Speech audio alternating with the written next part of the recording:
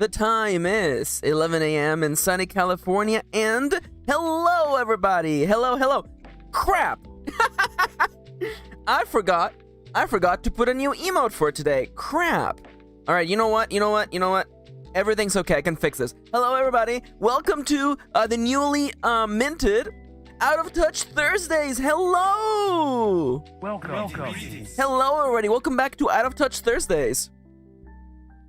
Today, I'm going to be picking a fight with the entire Love Live fandom. I hope you'll be enjoying today's, nonsense, shenanigans, hilarity. I have had a ridiculous day so far. Also, hi, Ronnie. Love Live GIF. What's a good Love Live GIF to put on the screen? Oh, hi, Manel. Hello. Welcome. It's okay. Even if you're here for a little bit, we're just happy to see you. What is this GIF? It's you. It's yo. Okay, yeah, that's pretty gay. That's pretty gay. Let's go with this one. Okay, I'm gonna put this GIF on the screen because so you may be wondering, Max, why are you? You sound like you're a little bit out of it, by the way. Hi, King Ding. Oh my God, it's so true. Am I out of touch? No, it's the kids who are out of touch. So the GIF is gonna be this GIF that I just downloaded from the internet. I'm gonna just make it a little bit bigger. Now you're like, Max, why didn't you figure this out before the stream began? Well, I'm actually gonna show you because I got a new keyboard. I got a new microphone, and I was hoping I would be able to use it today. But as you will no doubt be able to figure out very, very quickly, it sounded like butt. It sounded like actual butt. Okay, the stream topic is good to go now. All right, let me actually bring the screen back up, and then we can actually begin the battle. Hello. Actually, you know what? Let me actually show you what my audio sounded like, by the way. So, listen now to the sound of my voice. Look, it's me. It's Max, right? Now listen to this. Okay, and this is everything I got. I literally have to get going, so how does this sound? How does that sound, huh? How does that sound? Here's my voice as you hear it right now. And here is the new microphone I just purchased. The best thing in the world, and I know that I'm probably a lot louder than I should be, but I mean, like, this is something, right? That sounded crap. Yeah. You know what the funniest thing is, by the way? I purchased a new version of the microphone I already own. And this microphone is older. This microphone, he purchased this microphone I'm talking to right now for Dango Duo when we founded it. This microphone is ancient, and yet it sounds buttery smooth. So, yeah. So, I'm actually legitimately thinking that microphone might actually be bad. So, we might have to return it. We'll see. Oh, you bought it in 2016. Oh my God. Kitty looked it up. We bought that microphone in 2016. So, so everything is going great, right? Everything is going great. So hello there. Welcome to my nonsense stream. Welcome. It is in fact the Yeti. Yes. Welcome back again to Out of Touch Thursdays or Nonsense Thursday. Today, I'm going to be doing a tier list. Hi, May. Hello. Welcome. Hi, May. How you doing? Also, today I'm going to be doing a tier list of all the girls in all the Love Lives. There's a bunch of Love Live seasons, and I'll be explaining what the girls are about. I'm going to tell you about Love Live, and I'm going to introduce to you my special ranking system that I'm going to be using today. Now, in case you don't know what Love Live is an anime franchise it's an anime, music, and multimedia franchise based around groups of idols or music groups in Japan. Yeah.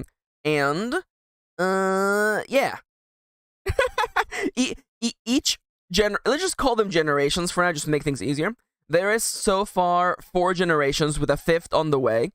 And the generations include a complete new cast of girls and antagonists, and the girls always have the mission to become the greatest idols by joining the titular Love Life tournament. My love life is okay, thank you. Oh my god, how dare you, Ronnie? Yeah, you collect the girls like Pokemon. Yep, pretty much.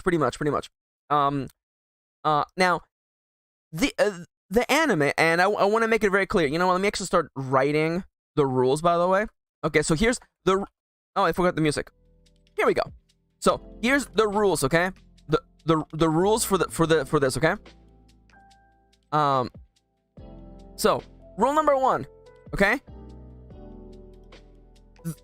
I'm going to be ranking these girls based on my own personal opinion, and I was thinking about this literally since yesterday, because I was like, I want to make sure that I go into this with the right mindset, because I didn't want to just do a tier list that I'm like, which girl is prettiest, which girl I like the most. No, I'm gonna rank them by how good they would make a protagonist of their own story.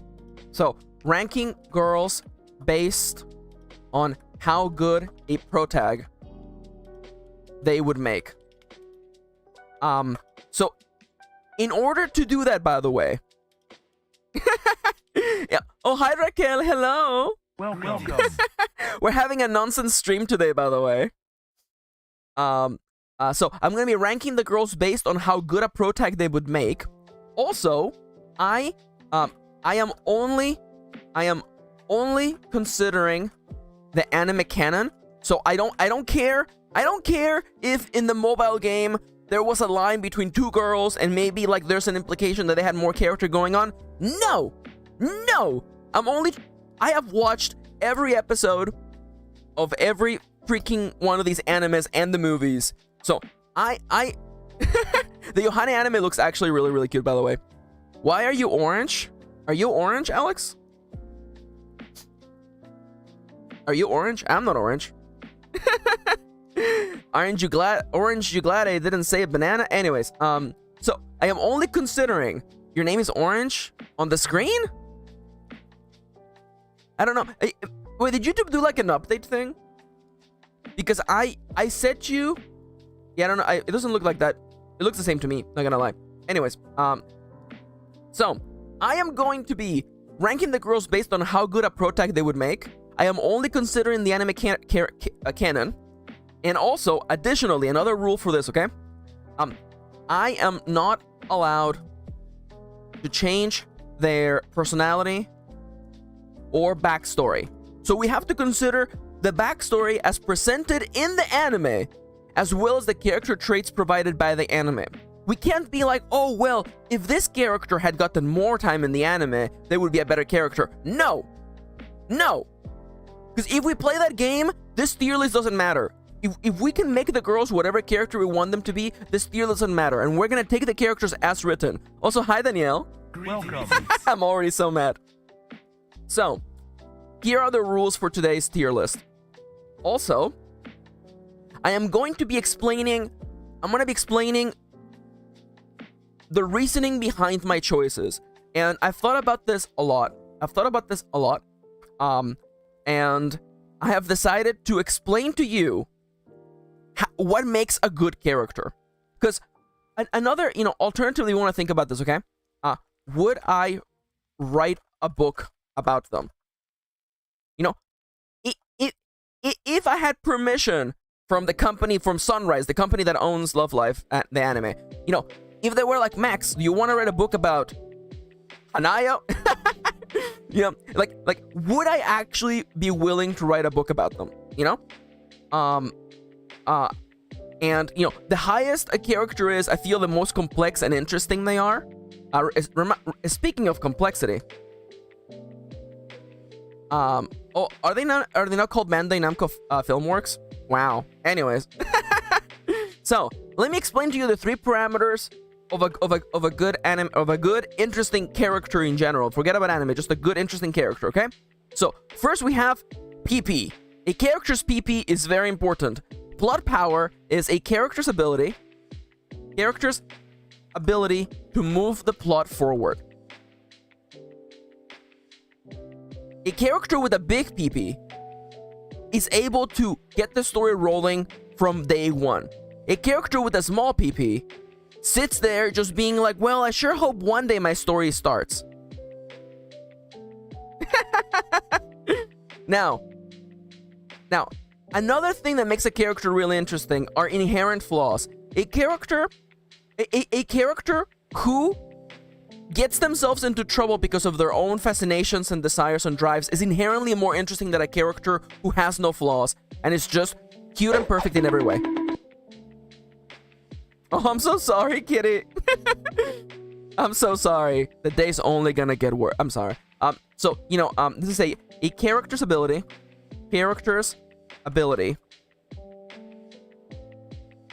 Ability to get in trouble and make the story spicy. Not like in a naughty way, I mean like in an interesting way. Now, complexity. Complexity is the last point of the last triforce of good characterization, okay? Now, complexity is what makes a character feel human. Complexity is what makes a character interesting, more than just a one-note character. So complexity is really just a summary of every aspect of the many facets of a character. The sum of all the facets of a character. You know? The more facets a character has, the more complex they are, the more inherently interesting they are, the more things you can do with them in a story. Manel asks why I'm writing in Comic Sans. Comic Sans is actually my default writing font, because you can't take it seriously. Also, Undertale does not own a Comic Sans. It belongs to me. It's my font. Mine. Alright, so let me actually color these for a second, just so we can have, like, you know, a little bit of, like, you know, color synergy, because who doesn't love some colors, you know what I'm saying? Give me just a really nice and bright, kind of like blue, and then give me like, oh no, oh look, it's my freaking primary colors again. Give me a little bit of pink. Look, it's my primary colors, can you believe that? And the yellow needs to be like really, really bright, unfortunately. There we go. And here we have the three. It's also dyslexia friendly. It's true. And I have dyslexia actually, so I really like Comic Sans. It's also fun. Hard to take seriously, especially when you're writing the first draft. A thing that writers will understand is that attempting to write a book in a font that is like a real font, let me just change it to like Georgia or something, or Garamond. If you try to write a book with a font like this, it's easy for your brain to be like, well, it has to be good because it looks like a written book. And one way to get around that is to write in a font that is not traditional. That way, you know, your internal subconscious brain is not expecting you to write a good book from the beginning, which is not possible. Nobody writes good books on the first draft. That's why it's called the first draft. And now, by the way, additional, Kitty actually made this tier list, by the way. Kitty, you know, with the Dango Duo account, made this tier list of every girl from every show, including the rivals. No worries, Manel. Again, you gave me a chance to talk about my favorite fonts, so there you go. Oh yeah, there's something about Calibri for sure, yeah. Man, I've used Calibri for so long. It's the same for me with Arial, actually. Like, Arial is like a slightly productivity font for me. It's not fun or relaxing, it's just like, get to work. It was my default font on Evernote forever, actually. And so, Kitty thankfully made a slide with all of the rivals' names, because why would I remember all their names? And some of the new girls from the latest season. And also, the latest girls, by the way, there's actually a whole new unit that was announced very, very recently.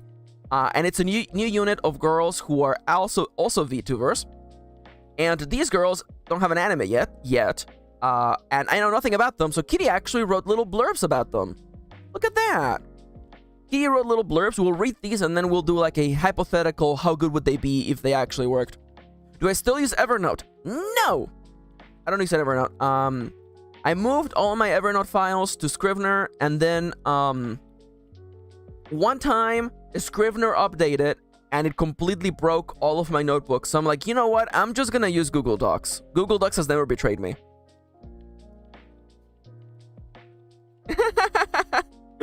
Alright, so once again, the parameters for this is that I'm ranking girls based on how good of a protagonist they would make, and if I would write a book about them. I'm only considering the canon, and I'm not allowed to change their backstory or personality.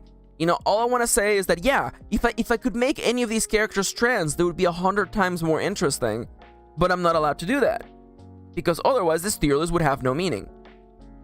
Now, let me actually really quickly, let's change the labels for this, because this is going to be literally, give me the heart 5 times. No, I don't like this, actually. Top tier girl. Actually, you know what? The best girl. We'll figure out who the best girl is, by the way. The best girl, who's also is gonna be pink, by the way. And then after this, we have the red, which is the best pro tags.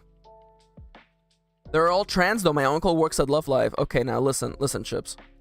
Can you just, just add it to the dictionary, okay? Now you're gonna be like a nice, like, deep orange. No, yeah, and then yellow, and then honestly, give me like blue, and give me one more add a row above, whatever, it's fine. I can change it. It's fine. So and this new one, by the way, at the bottom of this is like, sorry, you're just a side character. So there are characters who have very, very little going on with them, so I will be putting them in this category. You know what? Actually, I'm gonna bump it up a little bit. And congrats, you make the story worse just by being there. So there is a couple characters, I have thought about this. Okay, there's a couple Love Live characters whose mere presence in a story has made it less interesting and less fun. Those girls will be going in this category. Congrats, you make the story worse by just being there. Sorry, you're just a side character.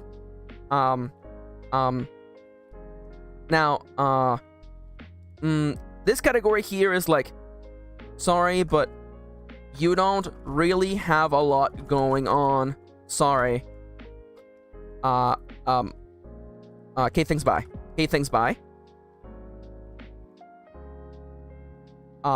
And this category here. Oh, do I need to add like another category? Did I think about this? No. It's funny because like I thought about this. Literally, I brainstormed this literally in my head like yesterday, and this is actually I have not actually figured out yet. Let me actually put a little trophy here. Actually, I meant to type trophy. The best girl. There's only one girl can be the best girl. Okay. Now, would be good with just a little extra. And you know what? Here you go. Yeah, that's it. You know, you have characters who would be really good protagonists, characters who need extra personality or stuff going on to be interesting, characters who didn't really have not much going on, characters who are literally just side characters. And don't worry, most of the antagonists are gonna go in here because this series is really bad about having antagonists. And the worst tier of them all. Yeah, I'll just keep it that blue. Congrats, you make the story worse just by being there. So let me now introduce you to the very first series of girls. So, right down here in the first row, we have...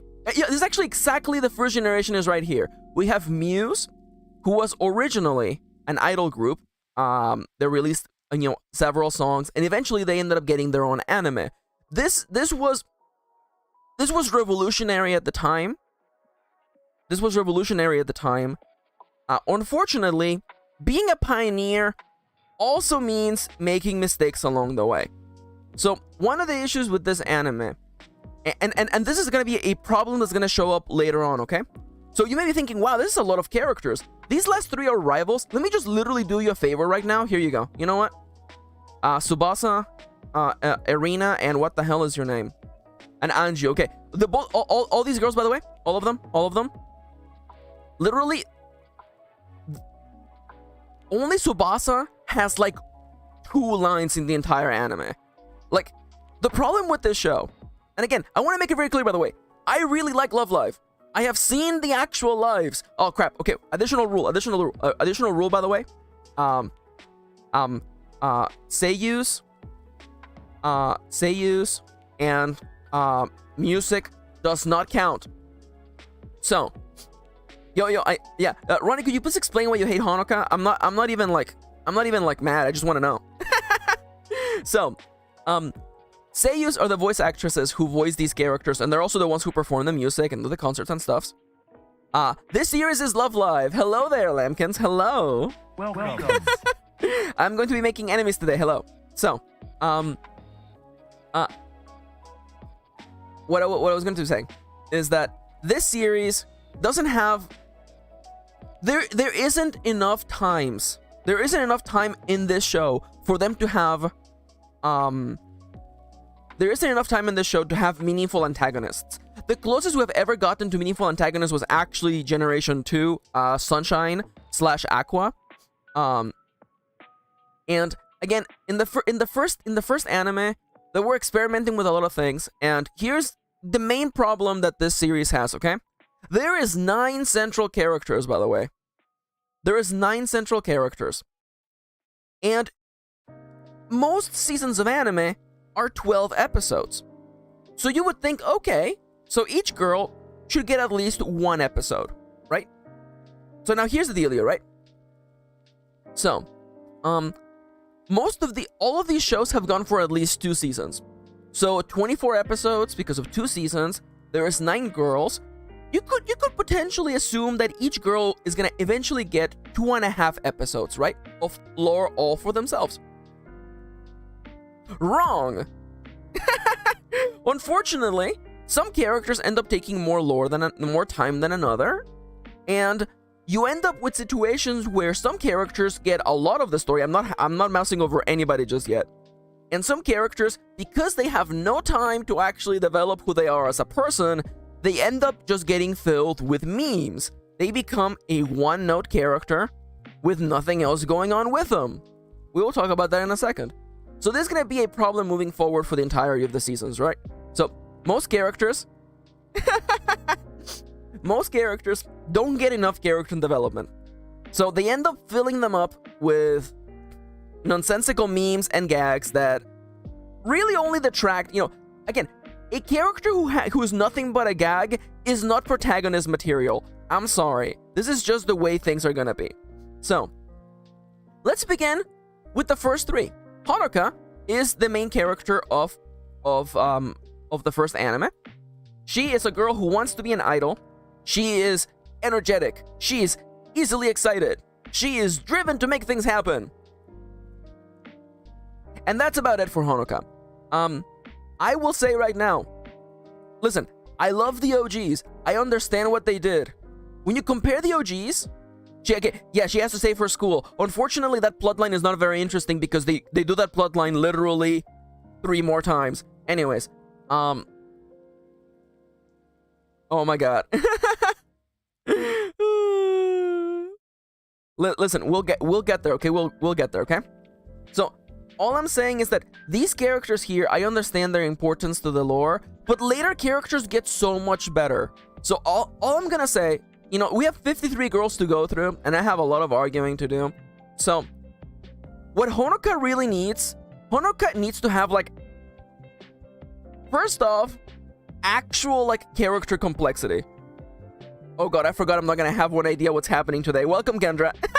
Welcome. It's gonna be literally the Super Auto Pets stream all over again. Welcome to Out of Touch Thursdays, also known as Chip Thursdays or Nonsense Thursdays. So, Honoka would be good if she just had more stuff going on. If we go back to her rules, by the way, she's definitely a character. Oh, hi, Sofifi. Welcome. Honoka is definitely a character with a big PP. Okay, she's able to move the story forward. She's driven. She makes things happen. By the way, now. Does she have situations where she gets herself in trouble? Kinda, but she really doesn't have much going on for her character. So, to me, I'm gonna have to just hit her with good, but... Kendra, what are you talking about? I'm talking about plot power here, you weirdo. Kendra, why would you say something so weird, Kendra? I'm talking about plot power, which I'm also writing out as PP. So that's Honoka. Now, crap. Who's the one who likes Kotori, by the way? Is it Sofifi? Who was it? Who's the one who likes Kotori, by the way? Because Kotori is next. Oh, Lord. Here we go. So, when you have 9 central characters, some people are not going to get a lot of screen time. And those that do might not, see, just getting screen time is not good enough. You know, just being on the screen more time than anyone else is not good enough. Unfortunately, Kotori, let me just get you that image for you so you can see her up close. Kotori is sweet and kind, and she cares about her friends. And her only meaningful addition to the plot, other than the fact that she makes their uniform, their outfits, that doesn't matter. There's always one character who makes the outfits in these shows. I'm sorry, like having marking a checkbox does not literally mean character development. So, as Kitty's saying, by the way, people joke that she's a bird, and Kitty says, "I love my bird," but her development ends at season 1. And speaking of the ending of season 1 ends because Kotori, instead of talking with her friends about what she wants to do with her life, decides to abandon them without saying a word, and literally putting everybody's dream at risk. I'm sorry. Oh, hi Muffins. Welcome. Welcome to Nonsense Thursdays, by the way. So, Kotori decides that instead of talking with her friends, literally her friends, the people who she loves and cares about, she decides to just move away and leave without any warning. This is, by the way, my least favorite type of plot that ever happens. Like, things happening in a story because of a lack of communication, of people just not talking, is not interesting to me. Because, especially, this makes no sense because we know that she talks to her friends every day. She talks about her feelings with her friends. Why wouldn't she just do that? Oh, actually, it's just bad writing. They just made her do a bad thing to have a cliffhanger ending. So I'm just gonna have to be entirely honest. Kotori doesn't have a lot going on. I'm sorry. So I also want to talk about something else, okay? Because someone's gonna be like, oh, well, Kotori is okay, but it's with her friends that she really shines. Well, that's not really protag energy, isn't it? It's not main character energy when you need to have your friends to be interesting. That's all I want to say. Again, she's not bad. She just doesn't have a lot going on. And now, let's talk about Umi. Now, Umi is a type of character that I like. It isn't just because, she is a little bit shy. She's easily flustered. She's not super into being an idol, which embarrasses her a little bit. But she nonetheless pushes forward and tries to, do the best that she can for her friends. Kendra says, who else is using this to get feedback for their own characters right now? Oh my god. It stares at Maxi. Okay, so let's talk about Umi, okay? Does Umi have PP? How big is Umi's PP? I don't think... If the plot was entirely up to Umi to advance, Umi would not advance the story. Now, she has flaws. She gets herself in trouble because she's embarrassed about being an idol. And that's okay. And she's also a little bit shy and easily flustered. There's nothing wrong with that. I actually think that makes her complex in this world, by the way. Oh, Manel says, if you've got a character making dumb mistakes because that's who they are, that's a character flaw. If they make a mistake, that they should know better, it's a writer's mistake. Yep, pretty much. Now, I think that Umi is actually quite interesting as a character. She has more going on, which is one of the reasons why she was one of the most popular characters. She has that little bit of a flaw where, like, I feel like I don't want to say she's a little bit of a loser. I think she's a little bit of a loser, and people want to just hug her and make her, feel good, which I feel like, it's definitely a trait that a protagonist can have. If she had a little extra, she would be, like, up here, but she needs more. In fact, she's better than Honoka for sure. Now, let's talk about... Now, Rin and Hanayo have a really, really similar story. Let me just first and foremost introduce you to Rin. Rin... Now, if this story was written by... Chips. Now, if I were writing this story, Rin would definitely be trans mask, while Hanayo would be trans femme. But unfortunately, I'm not the one writing the show. I'm only, you know, treating them as the characters they are in the story. Welcome to Max's PP Enhancements Plan stream. Oh my god, shut up, Kendra. Stuck with Honoka. Oh my god, Ronnie. I love you, Ronnie. So, Rin, again, is another energetic character. She's happy-go-lucky. She definitely gets herself in trouble because she kind of just jumps into things. Unfortunately, as you can tell by the shape of her mouth, her entire, like, character trait system is just she makes cat sounds. She just says, you know, like, nya. That is pretty much the entirety of Rin's character. Now, she has a tiny little bit going on with her in that, like, you know, she's not sure about dressing femme. She doesn't feel cute about dressing femme. And like, that's definitely, like, good. I'm okay with that. But unfortunately, it isn't enough. I feel like she definitely needs a little bit more.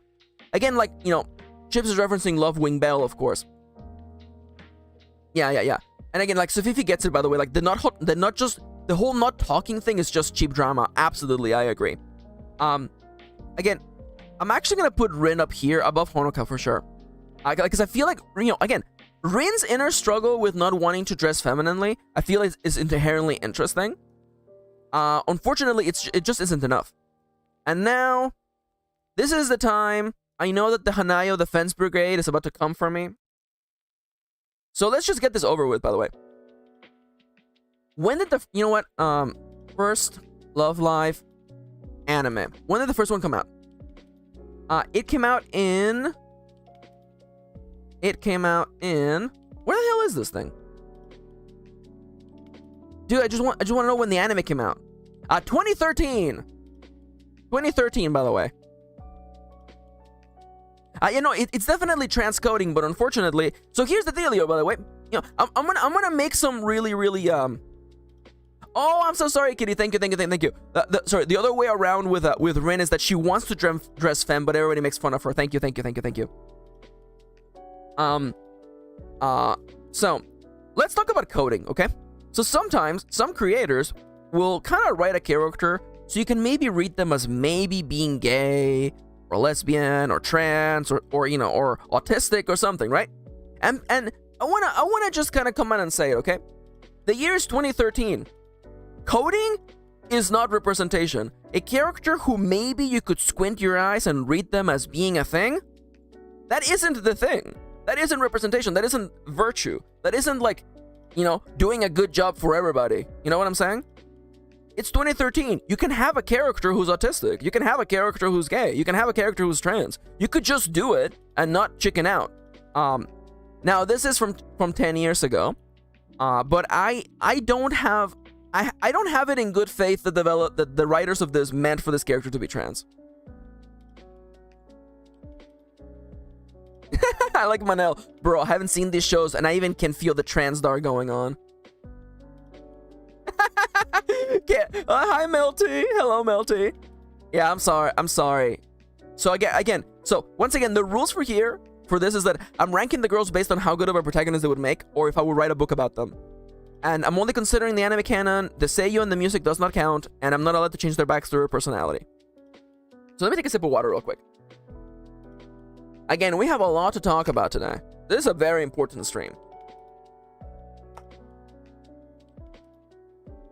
So, let me start the timer. And go. So, I'm literally, like, resting my shoulder on, like, the bookshelf next to me. I'm literally, like, relaxed right now. So, let's talk about Hanayo. So, Hanayo is an unfortunate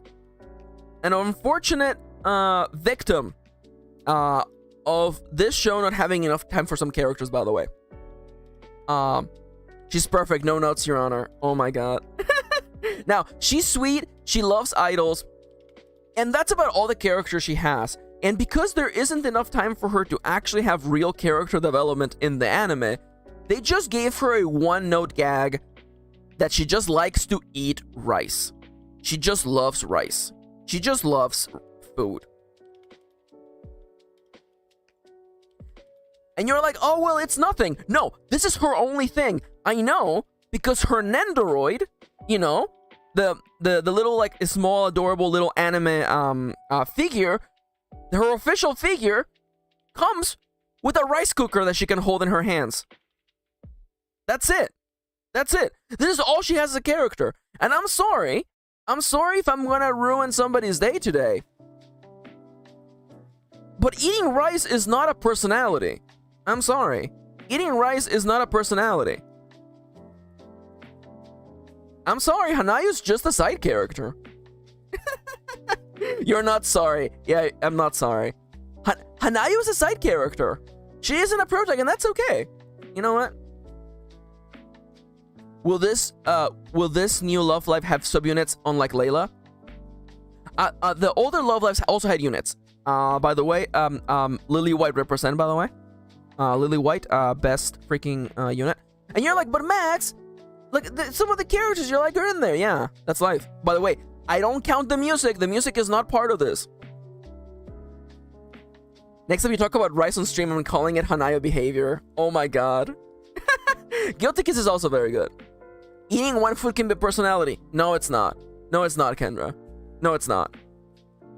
No, literally, you wouldn't be like, hi Max, meet my gay cowboy. All he eats are cucumbers. And his single interest in life is eating cucumbers.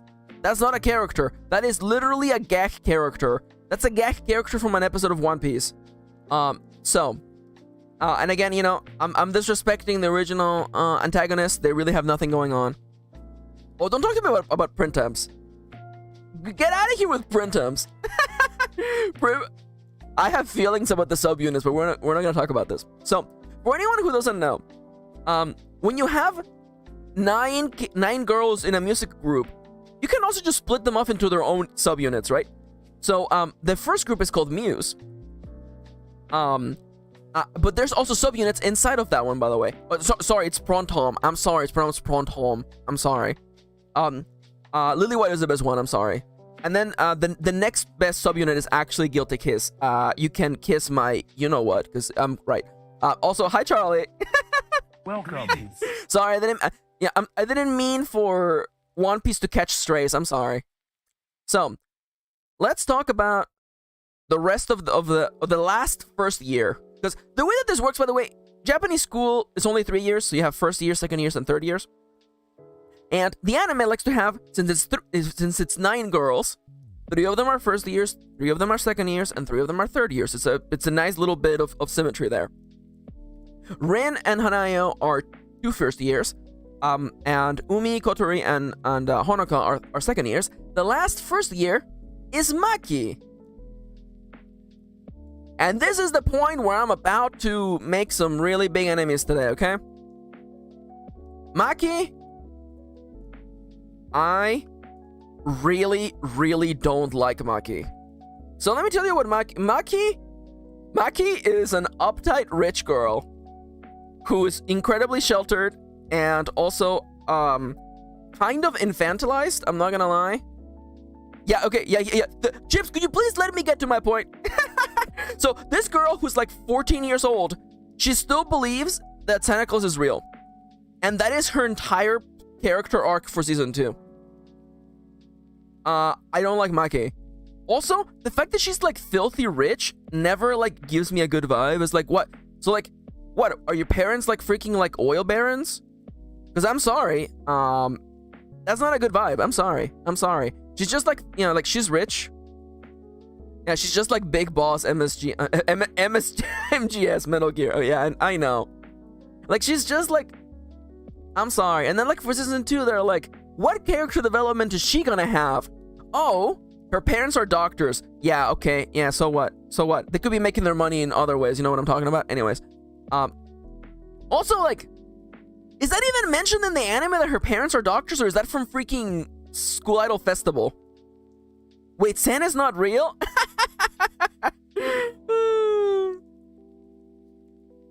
Okay, it's mentioned that her parents are doctors. Okay.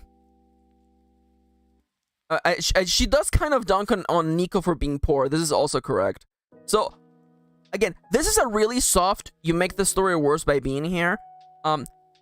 If she didn't have her entire character plot for season 2 be I still believe in Santa Claus, I would put her like here, but I rolled my eyes so hard out of my eye sockets that they nearly fell out, okay?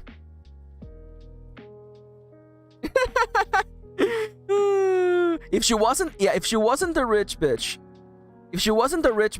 and she didn't believe in Santa at the age of 14, and also, like, they just, like, super infantilize her, which never feels good when it happens in an anime, I'm sorry. So, sorry, she makes the story worse by being there. New beta reading task. Have Max fill these out for your characters. Oh my god. She's spoiled.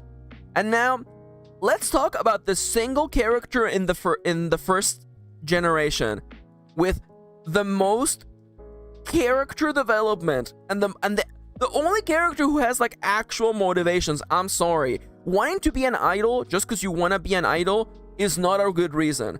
Wanting to be an idol because you want to provide for your family? I'm sorry. I know she's a meme. I know she's a meme. But, like, she's actually, you know, let's review the stats, okay?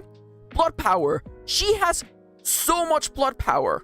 Literally, the beginning of the story starts because she gets the ball moving. She literally has the ball moving in the story. If she wasn't in this story, the girls would never have made it to the Love Life tournament. Manel sending my character bios to Max right now.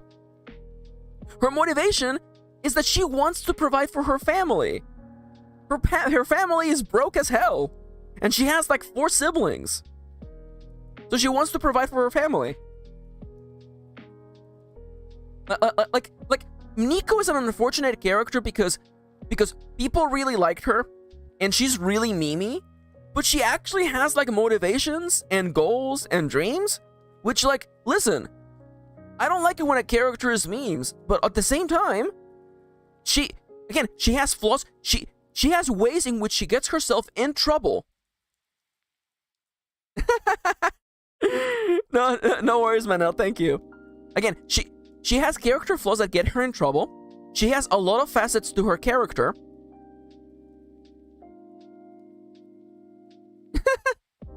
The robot-faced girl. Wait a minute. What robot-faced girl? Oh, you better not be saying that about Rina. Oh my god. We will get to Rina in, like, about an hour and 30 minutes.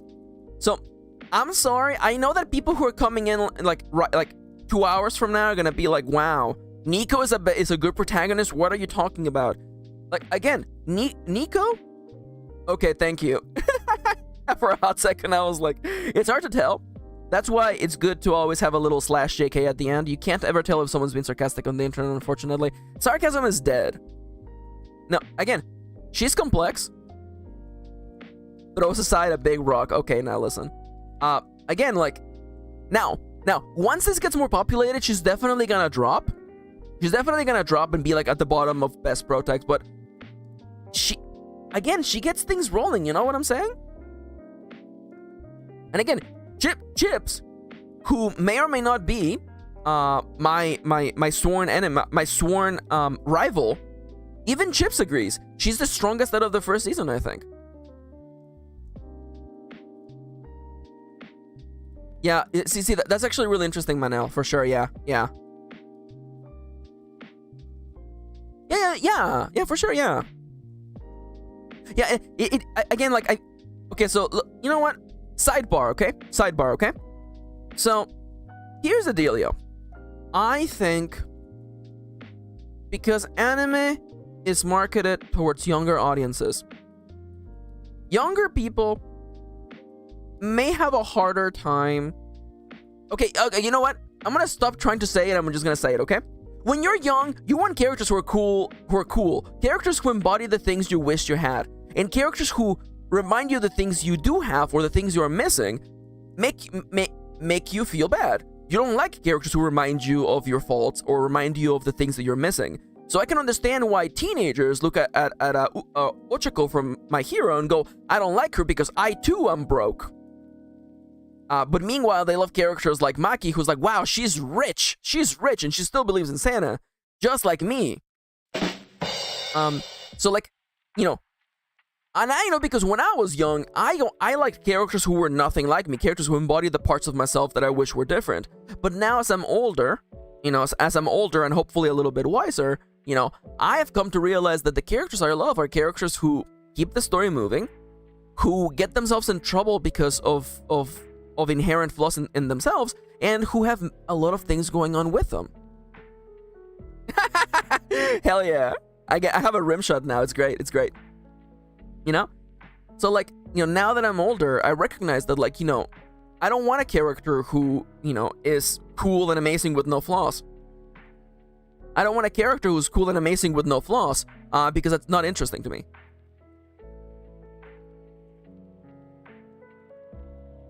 Okay. Now, I do want to say, now, mate, I want to make this very clear, okay?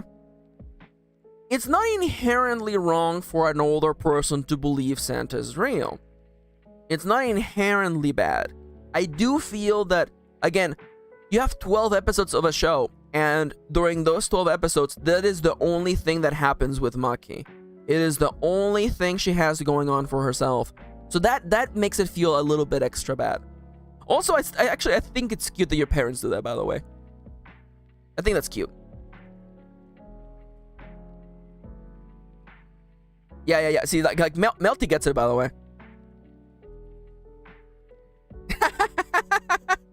Aw, that's gay. Your parents are cute. I love that. So, let's talk about... So, in every one of these shows... I'm gonna spoil most of Love Life for you in a second, okay? So, most of these shows involve girls who are like, I want to be an idol.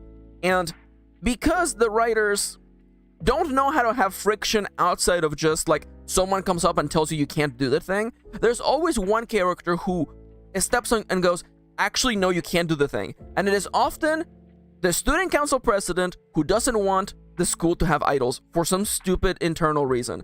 That character this time around is Ellie. Ellie is the school council president, and she doesn't want there to be idols in her school. Even though... Oh my god, I'm going to talk about the plot of Love Life. The plot of the first Love Life is that the school is shutting down because there aren't enough people joining in. So the main girls want to bring in more students by having an idol group that will get attention, and it will make things better. Now, if there is something someone is doing that will benefit the school, wouldn't you want to help with that? Wouldn't you want help with that? Wouldn't you want help with that? Turns out that she has, like, internal reasons why, but it isn't fun. It's always something up with the student council. The worst part about Love Life, honestly, is that they reused that storyline like 3 times. Maybe the reason why I like Nijigaku the most is because Nijigaku wasn't about saving the school. And again, like, even though Layla isn't about saving the school, there is enough going on with the school that it just bores me to death. Again, like, what is Ellie's character? She uses her position of power to stop other people from being happy. Oh, kitty, send me a message if everything's not okay? I love you. Actually, it's on mute. She can't hear me. Let me send her a message, make sure everything's okay. Message me if you need anything. I'm gonna send her a bunch of hearts. There you go. Sure, I'm streaming, but I can help my wife. Kitty Max says they love you. Thank you, Melty. So, again, what is her plot power? The only reason why she can stop the plot is because she's in a position of power. If she didn't have that, she wouldn't be able to do anything. And again, she isn't really... Like, could she get the plot moving by herself? Probably not. Now, what are her inherent flaws other than she had dreams of doing something else and she just didn't want to be an idol? Whatever is fine. She doesn't have a lot going on. I'm not gonna beat around the bush. I legitimately feel... I think she definitely makes the story worse. Now, she isn't the worst. She isn't the worst. But I don't feel... I feel like her entire importance to the story was to serve as friction, to keep the girls from becoming idols until the middle of season 1. And being a road bump, being a speed bump is not a character trait. So there we go. And now it is time for one of my wife's favorite characters. One of my favorite characters, Nozomi. Now, Nozomi is a little bit of a shit. Nozomi is definitely the most mature out of all the girls. And I'm not just talking about her physically. Jesus Christ, freaking all of you sit down.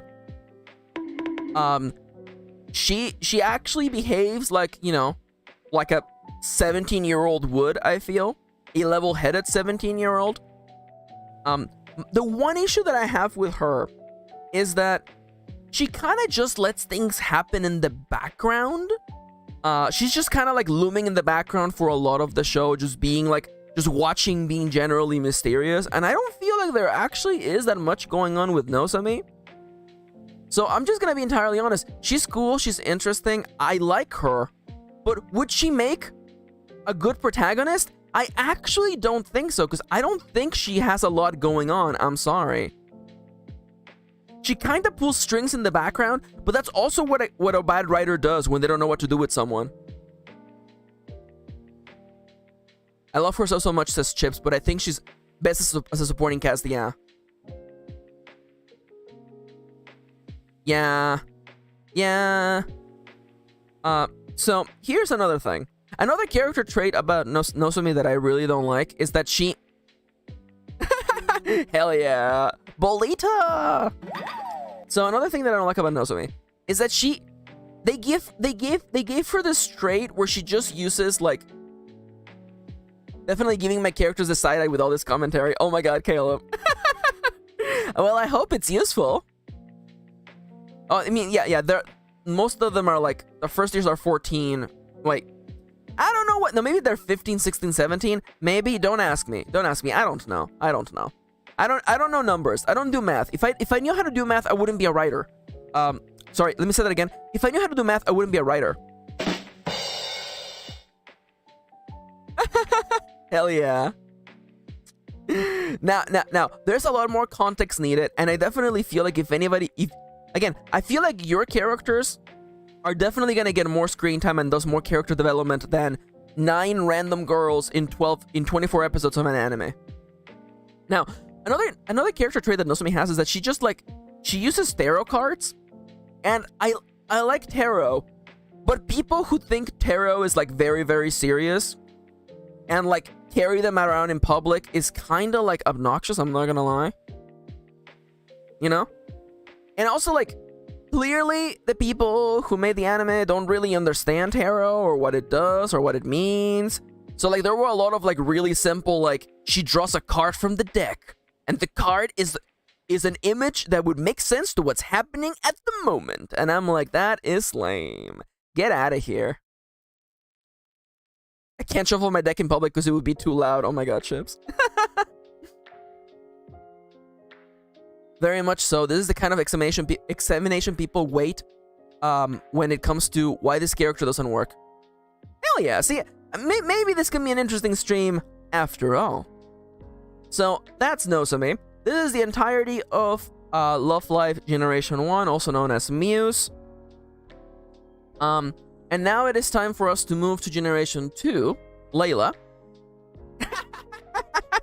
I'm at Generation 2, Sunshine, with the unit known as Aqua. Not Aqua, the band. It's Aqua written like AQOURS.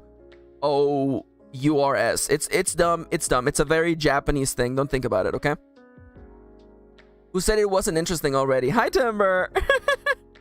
No worries. It's just, you know, a lot of people walk in here and they're like, I know nothing about what's going on. And I'm like, don't worry. It'll still be fun. So, going from Muse to Aqua, things immediately get way more interesting. These characters have so much stuff going on with them. Even the antagonists actually have way more stuff going with them.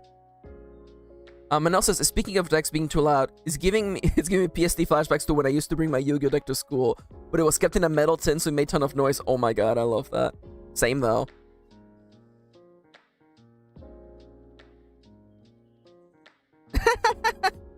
Do we have any cat experts in chat who can answer Kendra's question, please? Now, let me just take a second. Where's the timer at? I've been chatting for quite a bit. Okay, perfect. So, once again, we have 3 second years, 3 first years, and then 3 third years. And I have a lot of opinions about Sunshine or Aqua. Now, right away, we're introduced to the protagonist of this show, Chica. I love her precious normal monster great protag in my opinion. So, here's the dealio. I actually think that Chica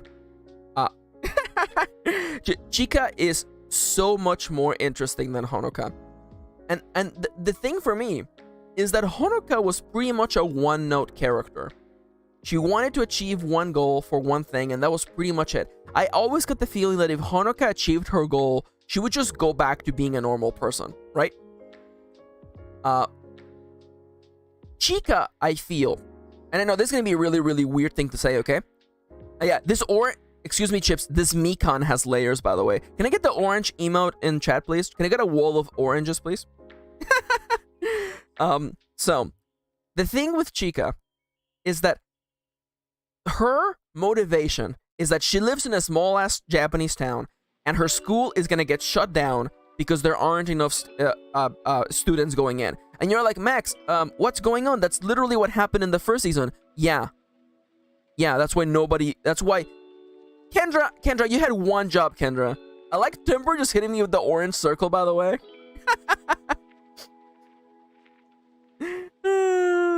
I love that. I love the orange circles just like melding in, by the way. So, you're like, Max, that's the same plot from the first anime. Yeah. Unfortunately, they reused the plot again. Much to the dismay of me and Kitty. I was watching this week to week, and I was so disappointed when I realized that oh my god, you're telling me that this anime is just literally gonna be the previous anime, except kinda like worse, but whatever, it's fine. No worries, Kendra, you're good. Now, let's go back to the chart, okay? Now, I actually feel like Chica actually has not a lot of stuff, not a lot of PP actually. Chica doesn't inherently have a lot of plot power. She isn't able to change things by herself, but she's still driven. She makes things happen, by the way. She can make things happen in the story. Now, I think that her only inherent flaw is that she cares so much about her town and will do anything to save and protect the town. And I feel like that's fine. Unlike Honoka, who I feel would just become a normal person after the end of Love Live, Chica, I feel like she would just maybe even just go into government. I feel like she's someone that I can envision running for government in her small town and trying to make things better for everyone in her small town of like 600 people. You know what I'm saying? That, again, there's already way more complexity. And by the way, this anime was in 2016, by the way. There was already way more complexity in her character and in her personality. So to me, this is a really, really easy. Would be better with just a little extra. I'm gonna put her in front of Honoka. You may be thinking, wow, these two protags look awfully similar. Yeah, Love Live likes to do this thing where the protagonists are always like yellow. I meant orange. Orange is the color that was coming to mind. I just heard the timer going off. Let me get up and stretch. You know what? This is a nice conversational episode, which I'm really, really happy for, honestly. I kind of needed a nice, easy episode to just kind of chat about character development. So, Chica is one of the first Love Life characters who I can actually describe as having actual motivations. Because, you know, wanting to be an idol is fine, but it isn't a motivation. Nothing is at risk, you know? In fact, any of these girls could decide to be an idol later in life if they want to. They could have decided to be an idol earlier in life. But Chica's inherent drive is because her school is shutting down, and she literally has a time limit before she's able to get enough interest into in her school before it shuts down. Now, spoilers, by the way. Let me just stretch. So, spoilers, by the way. She fails. Chica and her friends actually fail at saving their school. They get no votes to make it to the next round of the tournament, and that becomes like a critical, pivotal moment in their story. And I like that. I actually like the fact that the girls failed at their mission, and they go into season 2 more driven to make things better. Listen, loss is interesting. A character who has, suffered a loss and still bounces back, that is inherently more interesting than a character who tries their best and achieves their goal. Less interesting, more interesting. More complexity, less complexity. Chip says she also has a thing about being a normal girl around more extraordinary people. That's also true. She definitely has that inherent character trait of she thinks she's just a normal girl, which is really, really good, actually. You know what? You're convincing me. I'm putting her to the front, actually. I'm putting her to the front. You know what? No. I've changed my mind. I've actually, especially after I realized that she would probably go into office if she was older, I feel like I've actually come around with Chica. Now, I'm not saying my Chica propaganda. You reminded me about that character trait of hers. The fact that she keeps calling herself normal, and she thinks she's normal, and she says that, I'm just an everyday girl. And I'm like, she isn't. But that's really interesting. Yeah, characters who try hard get a lot of points in my book, for sure. Let me actually put my water bottle on my desk.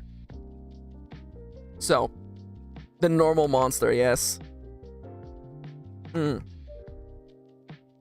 So, Sunshine / Aqua, unfortunately, kind of peaks at the second character who's introduced. So, early in literally in the first episode, we're introduced. Now, I would disagree. I mean, I know Manel's referencing a meme, but she tried so hard and got so far, but in the end, the journey was worth it. Which is kind of like the overall story of Chica's plot, actually, if you think about it. Now, Chica is the protagonist of this story. And yet, the character who gets the most character development, the character who gets the most time under the spotlight, is not Chica, the protagonist. It's actually Rico. Rico is the character who gets the most character development. I would almost say, by the way, she gets more character development at the expense of the other girls getting less. And I know that sounds mean. You would think that in a show with 9 girls, they would even it out. Unfortunately, no. Rico gets, I'm gonna just say she gets 40 times as much character development as everyone else. So, what's Rico about? So, Rico is a traditional musician. She trained as a pianist. So the idea of becoming an idol seems kind of alien to her. She doesn't really know about idols, but she finds the desire to want to not only protect the school, but also become an idol because of Chica's motivation and Chica's insane drive to push people to be extraordinary, even if she herself does not see herself as extraordinary. There is so much with Rico. There are so many, because with other characters, all I have to do is be like, what is the one thing they do? Oh, that's right, in season 2, Maki believes that Santa's real. That's all Maki has in season 2. There is so much with Rico, there's so much with her, getting back into classical music. There's so much with her, learning to accept herself, learning to accept the love of the girls around her, There is so much here, I can't even begin to start describing it. And in a way, it's a little sad that she gets all of the character development. But I mean, it makes for a better character. Now, let's talk about her stats, okay? So, Does Riku have plot power? I actually think she's a rare character with a lot of inherent flaws and a lot of complexity who has very little plot power, actually. Yeah, there we go. Yeah, Chip says, by the way, she quit piano at first after being unable to play during her recital, and being an idol with Chica gives her the strength to face her fears and sit at the bench again. Yes! Yes! Yes, it's so good, it's so good, it's so good. Again, she's complex. She has inherent flaws that get her in trouble. But, again, if she didn't have Chica, I don't think that she would actually make things happen. So, this is gonna be a really, really rare. Chica definitely moves her rather than Riku moving herself. Again, it would be unfair to put her here, because she actually has enough to be a character. Ironically, I feel like she actually kind of fits right next to Chica, actually. In that, like, Riko's story... I could write a book about Riko. It wouldn't be a book that I would particularly like. Let me tell you... let me tell you about my least favorite type of book, okay? That's not true. My least favorite type of book is actually a road trip. But my second least favorite type of book is actually a book where a character wants to do a thing. Let's say, for instance, made up example, okay? A character wants to be an astronaut and go to space. And the entire book is not them training to be an astronaut. The entire book is them thinking and wondering if they really want to be an astronaut. And you can tell these kind of books because by about the halfway mark, you know, this character is not going to become an astronaut.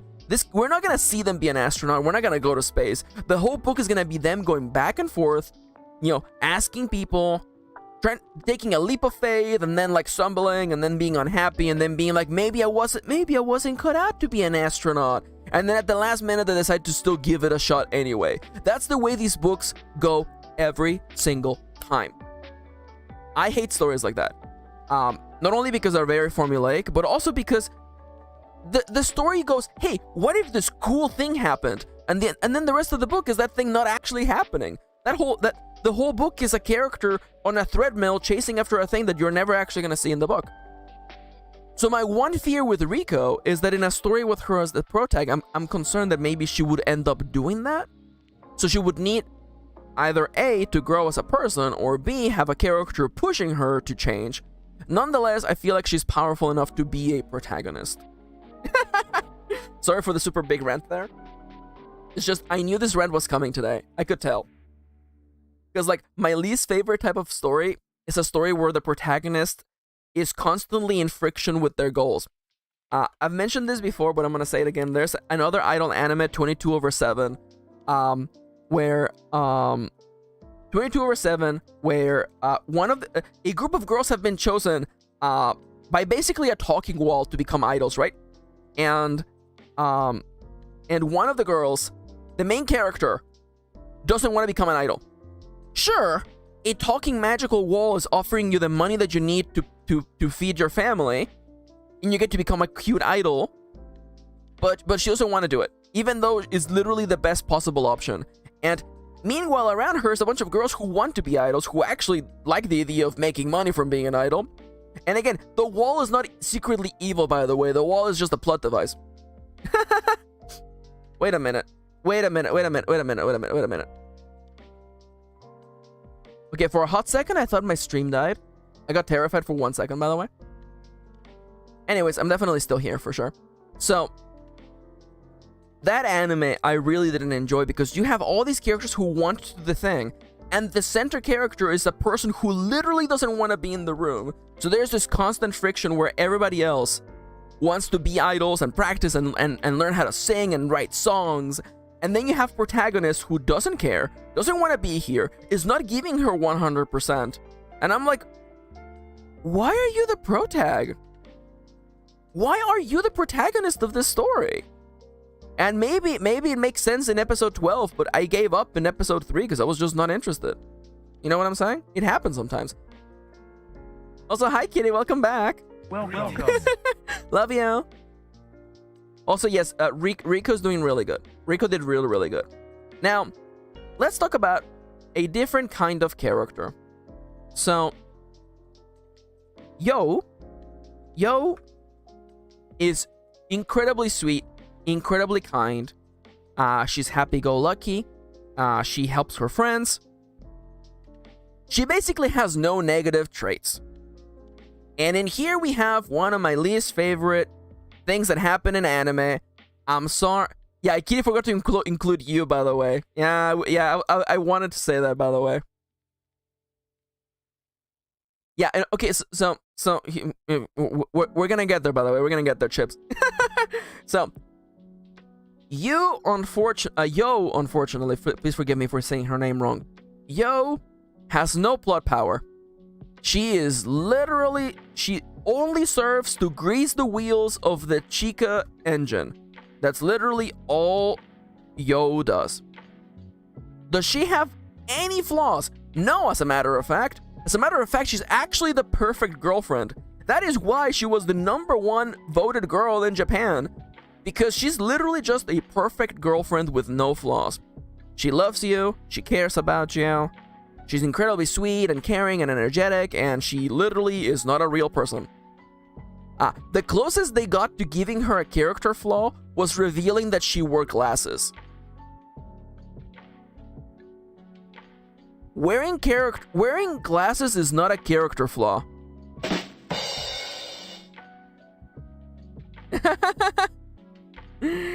Oh yeah, no worries, Manel. Thank you.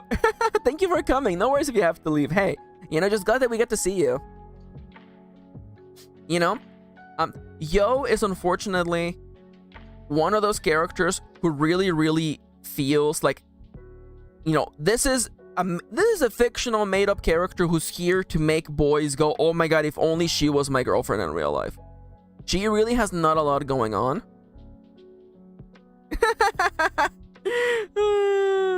I know. Melty gets it. I'm wearing glasses right now. I'm wearing glasses because one of my eyes is messed up, I woke up one day and I couldn't see. That's why I still have 20/20 vision, by the way, just one of my eyes is messed up. See, Ronnie says, I just want to hug her. Ronnie. That's exactly what she wants. Don't give in to her plan.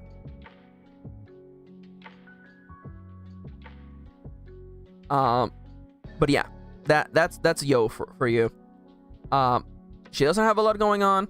I would almost, again, the biggest character development for her in season 2 is realizing that Chica was spending time with Rico because they're actually girlfriends. And Yo being like, oh no, but I also like Chica, maybe. Do I like Chica or are we just gay baiting? And instead of confronting Rico and being like, hey, you know what? Like, hey Rico, I like Chica, so you better step away. Instead, they just wistfully look at one another, and the problem is solved for no reason, by the way. So, I'm sorry, it's gonna have to be this way. I'm gonna put Hanayo at the bottom, just to disrespect. Oh my god, Manel, you're killing me, Manel, you're killing me. Manel says, bruh, reminds me of a Disney Channel movie character who a friend told me her flaw was, oh my god, I have blonde hair. It's so embarrassing. I hate that. I'm dying right now internally. I'm actually in pain. Kitty, shut up. Kitty says the best Yo development was in the song Misty Frost Love, which I must remind you, the music does not count. I don't care if there's lore in the song, it doesn't count. If it's not in the anime, it doesn't count. So, now that we have completed all of the second years, it's time to move on to the babies of this season. Let me do Hanamaru first, actually. So, oh no worries, Manel. Thank you for joining today. Have a lovely day. Goodbye. Oh my god, Kendra, you're killing me. Let's talk about Hanamaru. Hanamaru, what's her deal, right? Well, she definitely is not idol material, by the way. Oh my god, Chips. No, we don't count music videos for plot development. Absolutely not. Okay, so, okay, She isn't idol material, but she becomes an idol nonetheless. Could you let me finish my explanation, please? Now, she's a bookish girl who doesn't know about technology. Literally, she's amazed by all technology because I guess she's a time traveler from like the 1800s. And much like Hanayo, she doesn't get a lot of character to be like, she doesn't get a lot of time to be an actual character with like motivations and stuff. So, you know, I want you to imagine there is this enormous void. Okay, god damn it, Chips. God slams fists on table. Yes, Kingu is great. We love Kingu. Kingu is the seiyuu for Hanamaru, by the way. She's the voice actress for Hanamaru. Kingu is the tallest out of every other voice actress. She is incredibly tall. She's adorable. I love her. She's hilarious. We are not considering the seiyus here. The seiyus do not count. The seiyus do not count for this.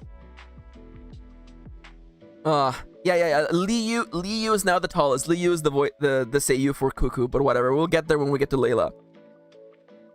So, I want you to imagine, right? Let's imagine. You know what? Actually, let me draw a little diagram for you, okay? MS Paint Online. So, I want you to imagine, right? You know what? I'm gonna draw a little thing for you right now, okay? So this here, this is your character. This container here is your character, okay? Now, this, you know what? Your character. Your character. Let me just make it there we go. And so, what happens? Because normally, you fill this container with things such as like character development and things that are happening to them. You know what? Actually, let me actually write that down. So your character is made of things such as motivations,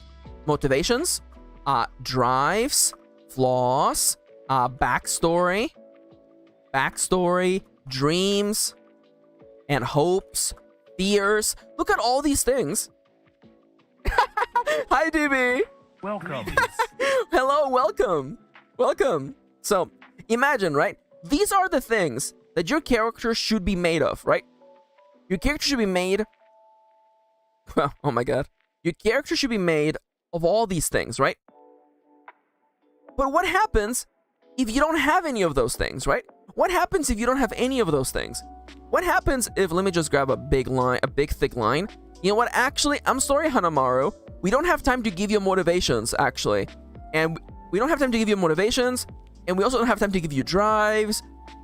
Or flaw. You don't really have a flaw. You just don't know about technology. I guess we'll leave that. You don't have any backstory either. You don't have dreams or hopes or fears. So what happens? How do you fill this empty space? Let me tell you what you fill this space, the empty space with, okay? It's actually really simple, actually. You grab this entire space, okay? And then you fill it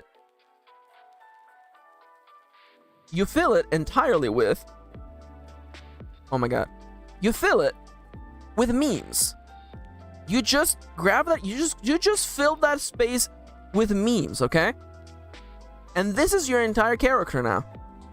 Sure, you could be a person with drives and desires, but you could also just be a character who's a meme. There you go. So, this is unfortunately... Oh my god, Bianca. I know that meme. So, unfortunately, this is what happened to Hanamaru. Hanamaru is literally just gags. What's her gag? Her gag is that she doesn't know technology. So whenever she sees something she doesn't know, like a freaking parking meter, she's like, wow, mirai sura! And she puts her hands up in a Buddhist motion. That is it. She's like, wow, the future!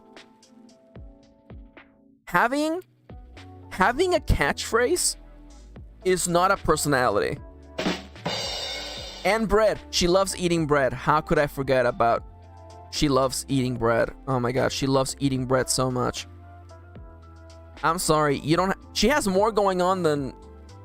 No, no, it's no. Here you go.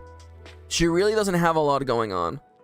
Wow, people stream games. Look at these birds. I see a helicopter. Oh my god, Kendra. It's just me and ADHD burnout. Excuse me, you bred is my personality. That's not true, Ronnie. I disagree. Your personality is that you're actually incredibly lovely and supportive, and you're also very funny, as I've seen on your streams. By the way, exclamation mark Moontoms, by the way, if you want to check out Ronnie's stream, by the way.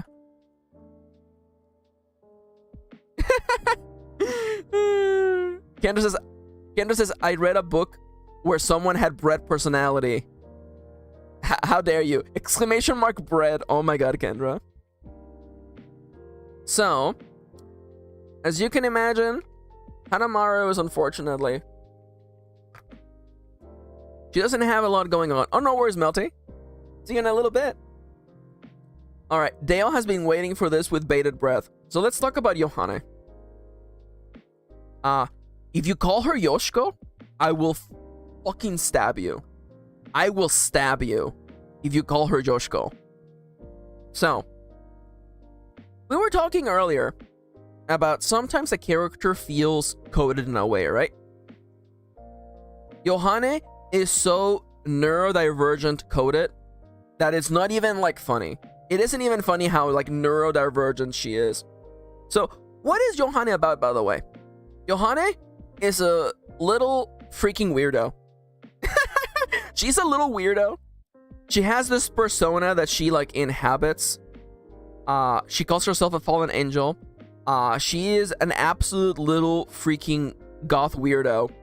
And honestly, people are gonna be like, oh my god, that's kind of like she's LARPing all the time. That's kind of weird. I'm like, have you ever met like a 14-year-old? This is the shit I was doing when I was 14. I had like a whole made up like lore and stuff when I was 14. Now, Yohane, let's talk about her. Let's talk about her PP, okay? Now, Yohane actually is quite driven. Fun fact.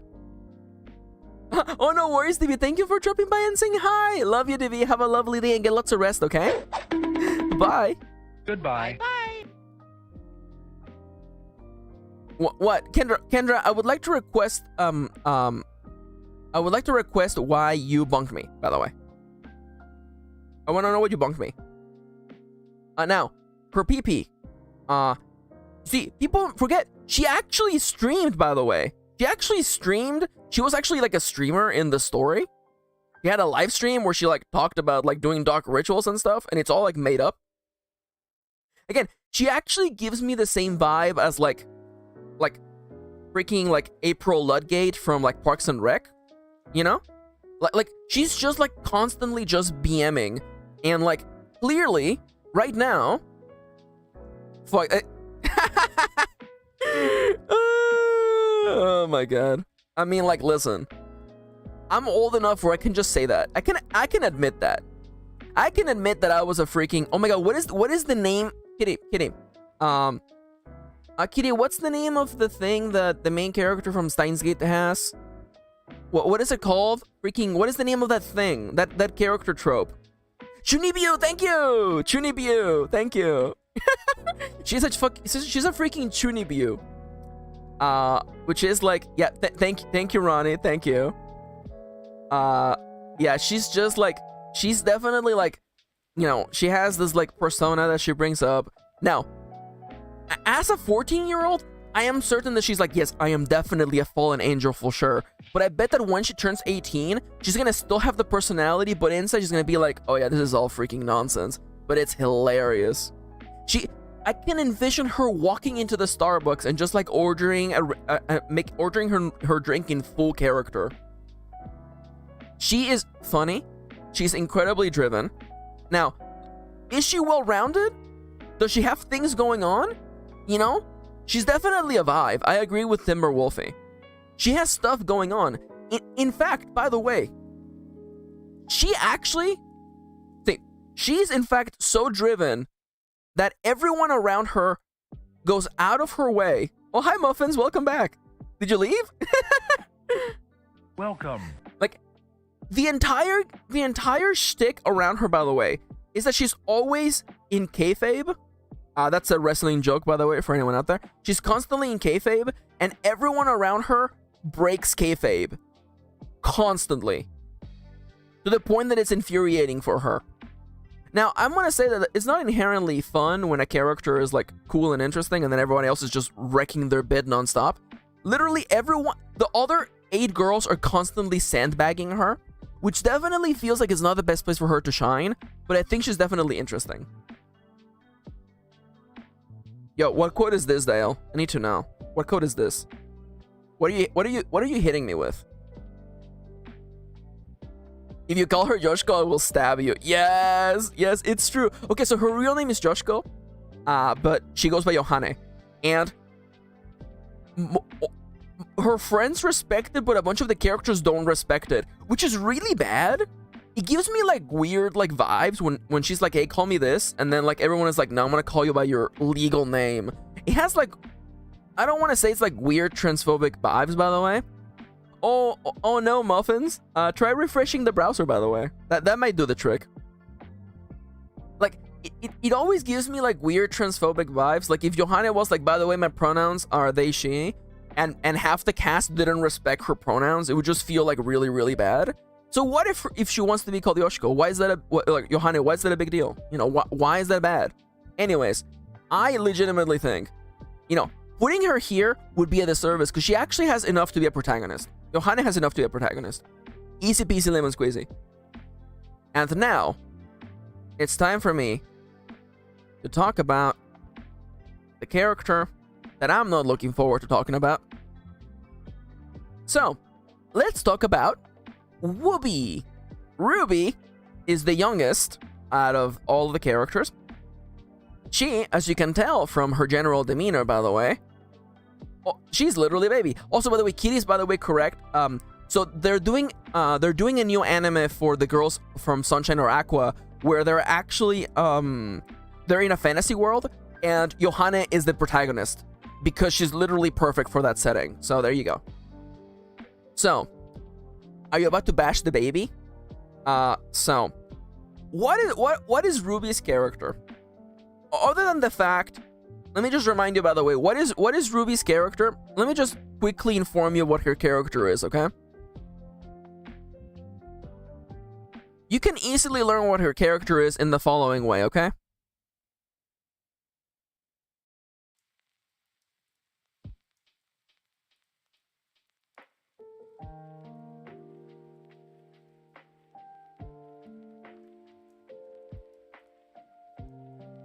She's baby. She's a baby, and she's trying her gamba rubiest. And I get it. I like how sweet she is. I like that she's cheering her friends on. I really, really do. And I think she's adorable. She's still so baby, though. She's still so baby. Much like Maki, they infantilize her a lot. Which never feels good. It never feels good when you have a character who's already a child and they're like, no, but she's like really, really like a child.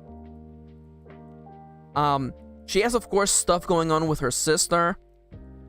Max, Mary Sue, trash can. It's hard being that small. Okay, listen. It's just, my issue with Ruby is that, you know what?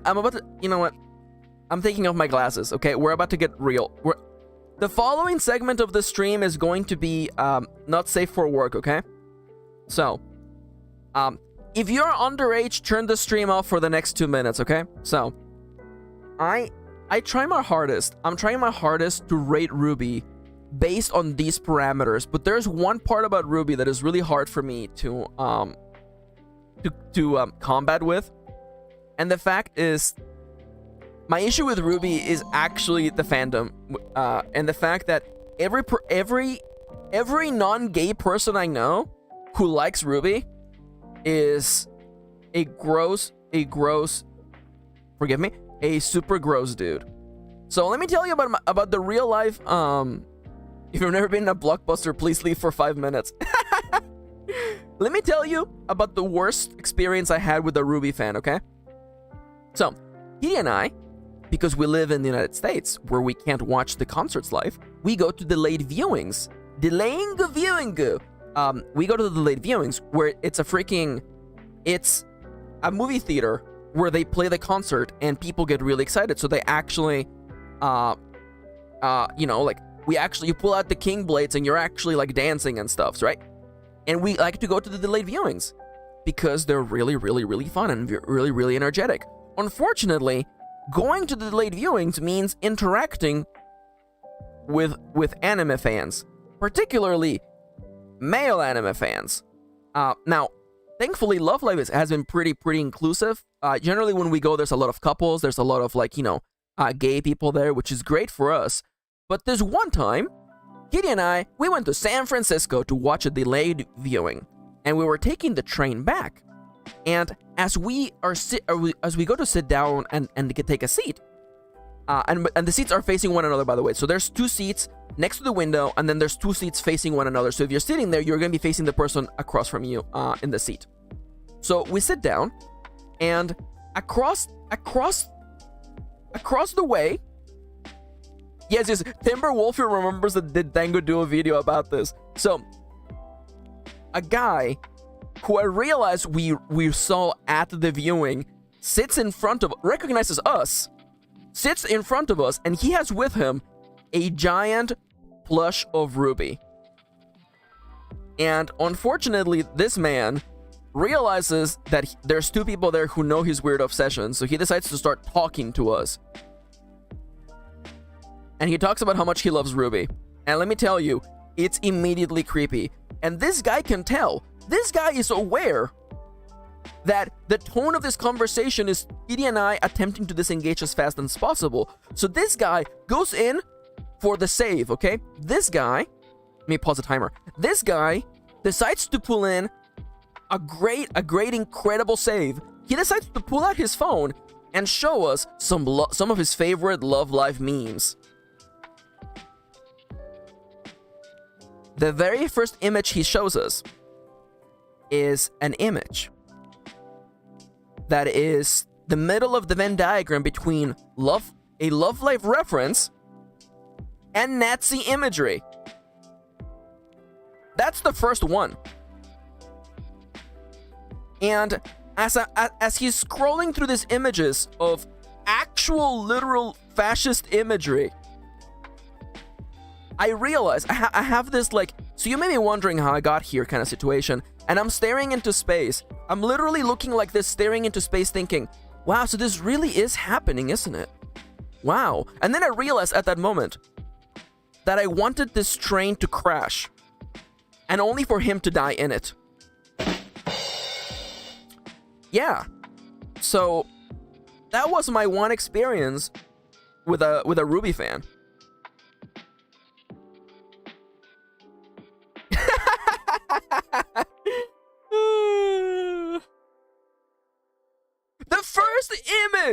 The first image.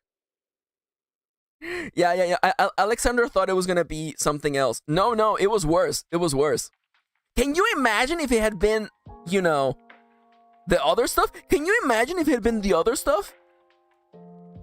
I would have jumped out the window. Yeah. So, thankfully, Kitty is really, really good at getting out of the situations. Kitty pretends to fall asleep, and then she just falls asleep for real. So I had to pretend to fall asleep. And we never talked to him for the rest of the 1.5 hour drive back.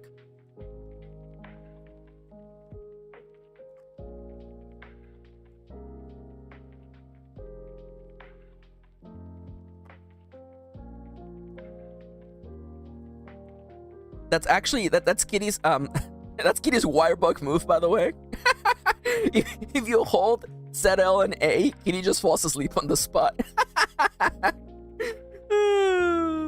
Masterful gambit. Oh god. We joke about Kitty's Pokemon moves. Kitty knows sleep, rest. No. She knows rest. She knows sleep talk. She knows snore, and she knows something else. Something really cute. So yeah.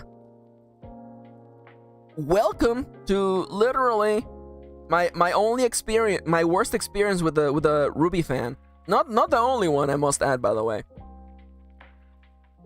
Yeah.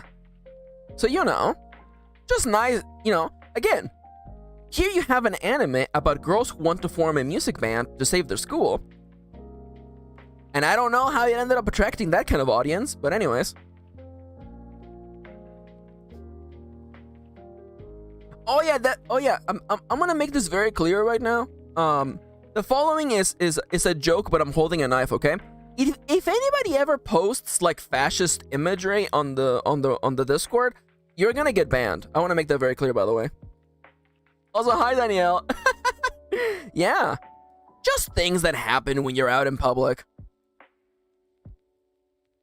Oh yeah, Alex, you're free to like steal that for sure. I'm holding a knife, but if anybody wants to share fascist imagery in my freaking Discord, get ready to cease to exist. Kendra says there's no worse experience than strange man realizes we share an interest. I hate it so bad. Oh crap, we better speed up. Thank you, Kitty. Alright, so unfortunately Ruby is just baby. She really doesn't have a lot going on. She's not a side character, but she really has not much going on. She's literally about the same as Kotori. Can we share the knife? Oh, for sure. Catch. I leave to get my postal package and come back to that. I'm so sorry, Danielle. / maybe not sorry. Yeah, you know, it's fun. Again, you know, I'm not saying it was worth it, but it's definitely the sort of thing where I'm like, well, that's a thing that happened. That's a memory that lives in my brain that I didn't remember until literally yesterday, and as I was thinking about this list, I was like, wow, that really did happen, didn't it? Anyways, let's talk about the third years, by the way. Oh no! Oh no! No! No, Ronnie, no! Why are weebs this way? No! Why? Ronnie says this happened to me once too in my university class. It was just weebs. It wasn't fascism, but it was the other option, and he was trying to justify it to me. No! No! No, my eyes. I'm so sorry, Ronnie. I'm so sorry. I'm not gonna lie. Listen. If it wasn't for this stream, I would pretty much be a hermit. But it's experiences like that make me go, yeah, I don't know if I want to interact with people today. Why would I leave the house when the house is nice and warm? And I have access to all my blankets here. And there are no people there. Why are people the worst, by the way? Why are people the worst?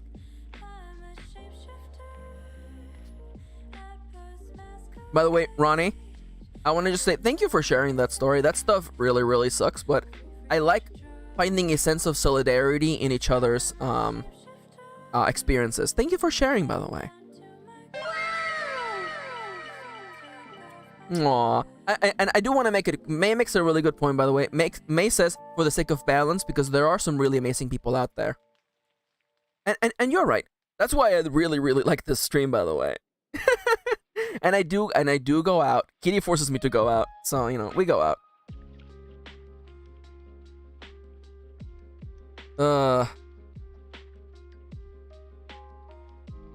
Okay, Alex. I'm gonna tell you right now, as a friend, you can just walk away from a social situation. You don't have to have Nazi memes in your phone ready for this. I think that just walking away from a situation is better than having to, you know, have people out there believe other stuff about you. I just want to say that, okay? Oh, no. Okay. I was mostly coming at you with the joke, by the way. It's okay. I had a feeling you weren't being serious, but at the same time, I was like, all right, well, I can make a joke out of this. Anyways, the third years. All right, so, wow, can you believe it? It's a Love Live anime where the school council president doesn't want there to be an idol group. She's unfortunately, yeah, she cares about her sister. She works hard. She eventually wants to be an idol like everyone else. But other than that, not much going on with Daya. who's Ruby's sister, by the way. I'm sorry you don't have a lot going on. Actually, I'm gonna put you over here. You have more going on than Yo, for sure. Now, I'm really sorry to all the Mari lovers out there. All the Mari enjoyers are about to have a bad day. So this is Mari. Once again, love life tropes. She's filthy rich.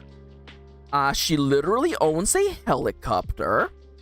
And I ask you, if this local school is having such a bad time and they have to shut it down, how come the daughter of the headmistress of the headmistress of the house of the headmistress of the school has a freaking helicopter? Also, Chips is completely correct, by the way. Daya got left out because of the third year's drama. You know, like, okay, so the school is poor. How can the school be so broke and yet the person running the school be so rich? You know what I'm saying? Like, that to me sounds like some, like, you know, like messed up capitalism bullshit, and I don't like that. So unfortunately, yeah, it's fraud. Unfortunately, Mari, I'm sorry to be like this. Don't worry, you're not gonna be alone. And again, I understand that you know. Let me go back to my previous illustration, by the way. Mari is also literally filled with this, by the way. She's just like, you know, it's just Joku, you know, and I'm like, that's it. She's just literally a soundboard. So I'm sorry. Yeah. Oh my god, it's so true. Chip says Mari is also reverse Kotori because her friends lied to get her on the plane. It is so true. It's so true. And now the reason why I bomb rushed these two, it's because it's time to talk about Anan. So, Kanan might just be the worst character on this list, by the way. Thank you, Danielle. I had a lot of fun making this diagram, by the way. So let's talk about Kanan. Kanan runs her family's, like, diving equipment shop. And she doesn't want to be an idol because her friends tried being idols when they were little and they failed. And she doesn't want her friends to suffer again. So she's just gonna literally stop other people from chasing their dreams so that her friends don't have to think about the fact that they gave up on their dreams. Yeah, and that's it. That's literally it. Kanan is a little bit toxic, I'm not gonna lie. And the thing is, she's kind of mean. Also, her greatest character development happens in Season 1, where she messes up so badly that she has to get slapped in the face to come around and realize that she has messed up.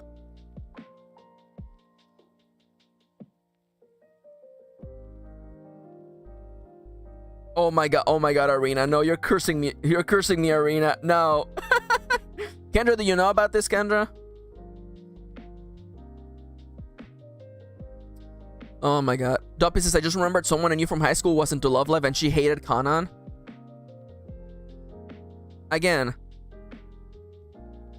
Yo.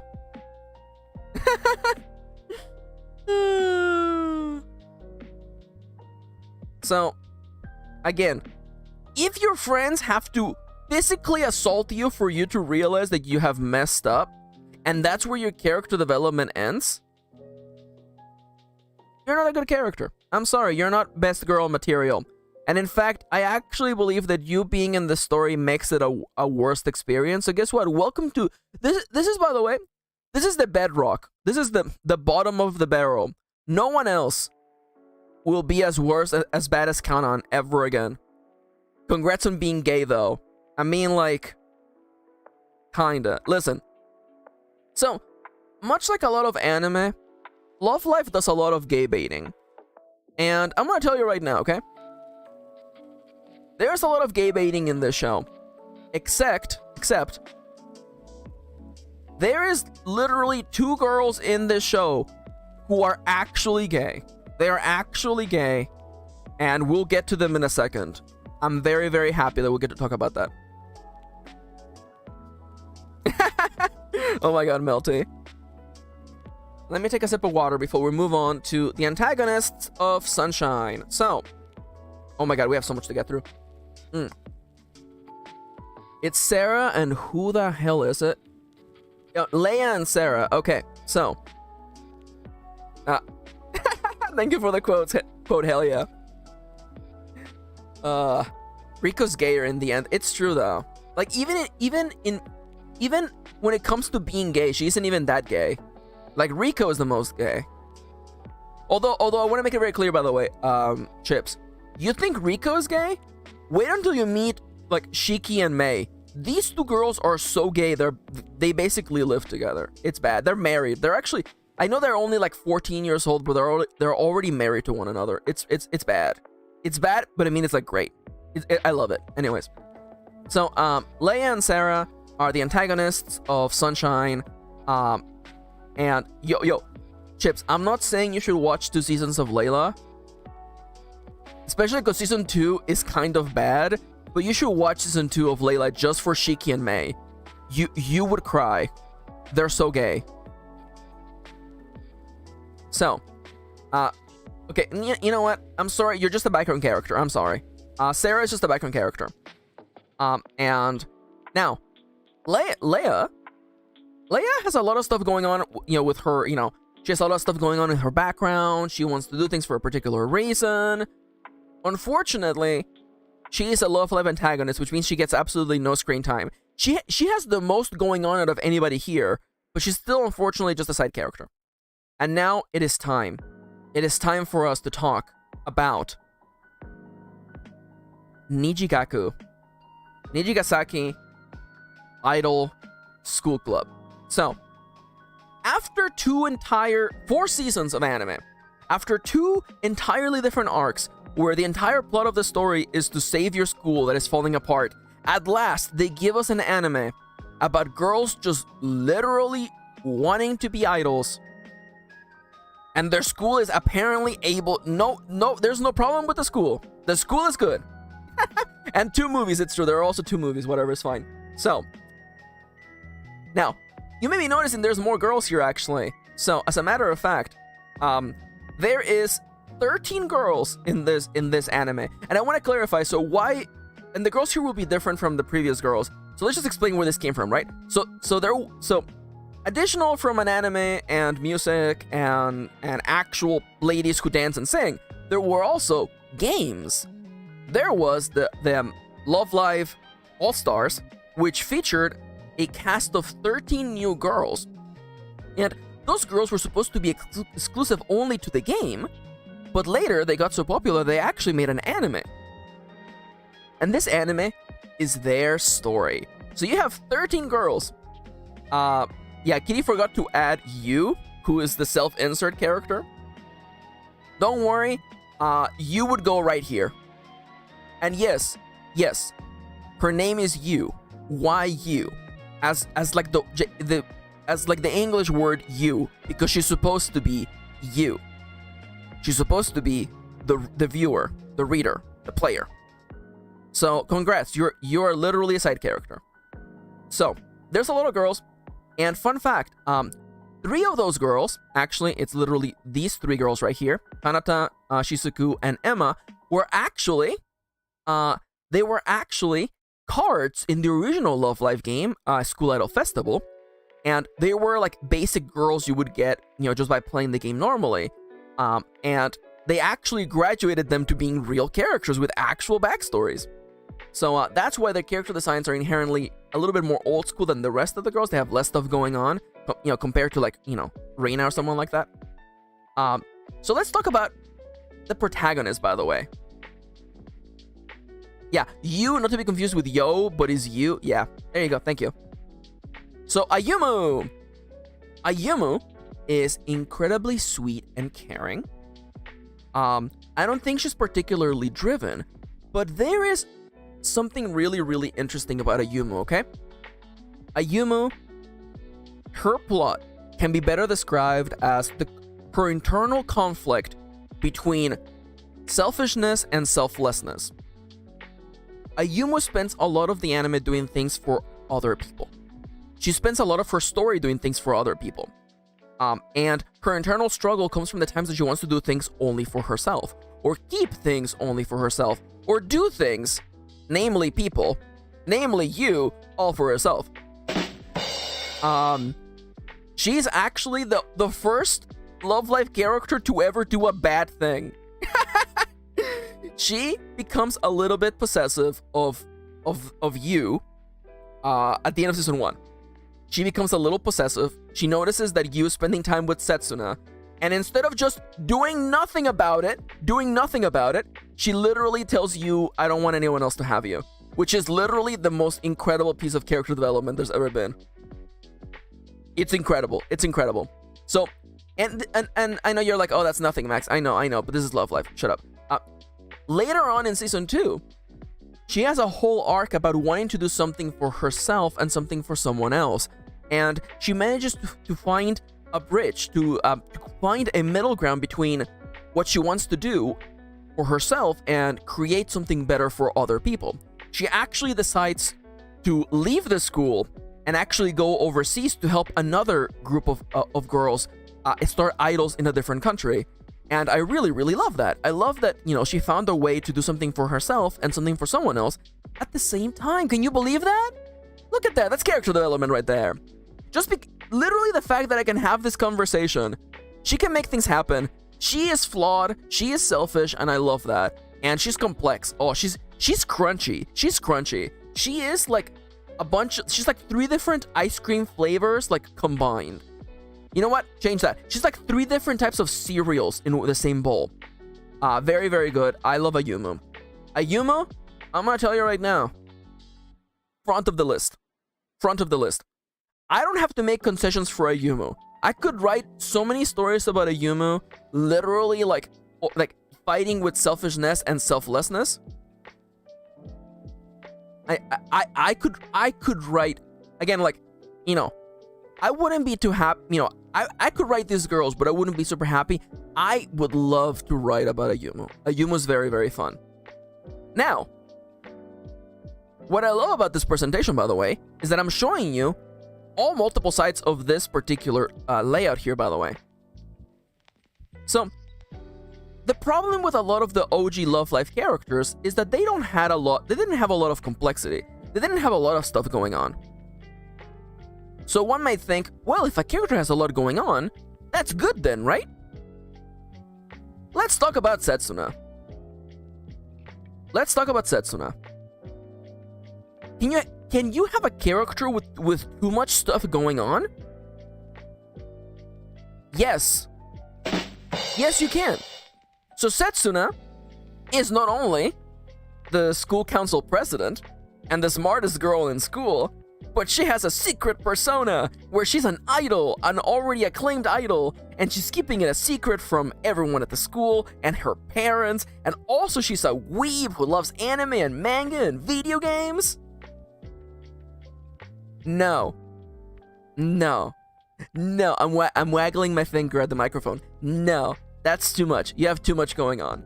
You have too much going on without any of these other things. We never really address how she became an idol too, by the way. We just know that she is an idol, by the way. She already did the thing that everyone else wants to do. She already did it. She definitely min-maxed too much. Again, like, she's not... it's not even that she has too much going on, and I feel like adding more would just make things hard. I'm sorry, Setsuna, you're just a side character. Now, Kitty is about... new tier, too much going on. Honestly, DB? Sorry, DA? Bianca? You know what, Bianca? You make a fair point, actually. You know what? Crap. I was hoping that it would be the other way. So you're gonna be yellow. And you're gonna be purple. You know what? You're actually right. Too much going on. There you go. Honestly, I actually really like this. Thank you, Bianca. Too much going on. Setsuna has too much going on. So, again, listen, complexity is good, but when you have so much stuff going on that your character just feels like your character doesn't feel like a person, they feel like a Pinterest mood board. That's a combination of like 3 different things now. Okay, the music is great. And again, I'm half expecting Kitty to come into the chat being like, "Oh, but what about the Seiyu though?" Aw, rip. She isn't actually dead, by the way. So the voice actress for Setsuna, over the course of, you know, actually doing performances and concerts, she realized that she actually has like, she learned that she has a condition that causes her limbs to harden up, which makes it incredibly painful to move around. So she ended up having to retire from being an idol. She's actually the first Seiyu for any of these girls to actually have had to retire. It's actually really, really sad. Kitty and I watched the last live. It was actually really, really sad. But still really touching. Also, I know we're not talking about the Seiyus, but Ayumu's Seiyu is actually really, really sweet. So there's a section in that final live where Ayumu Seiyu realizes that Shizuku Seiyu,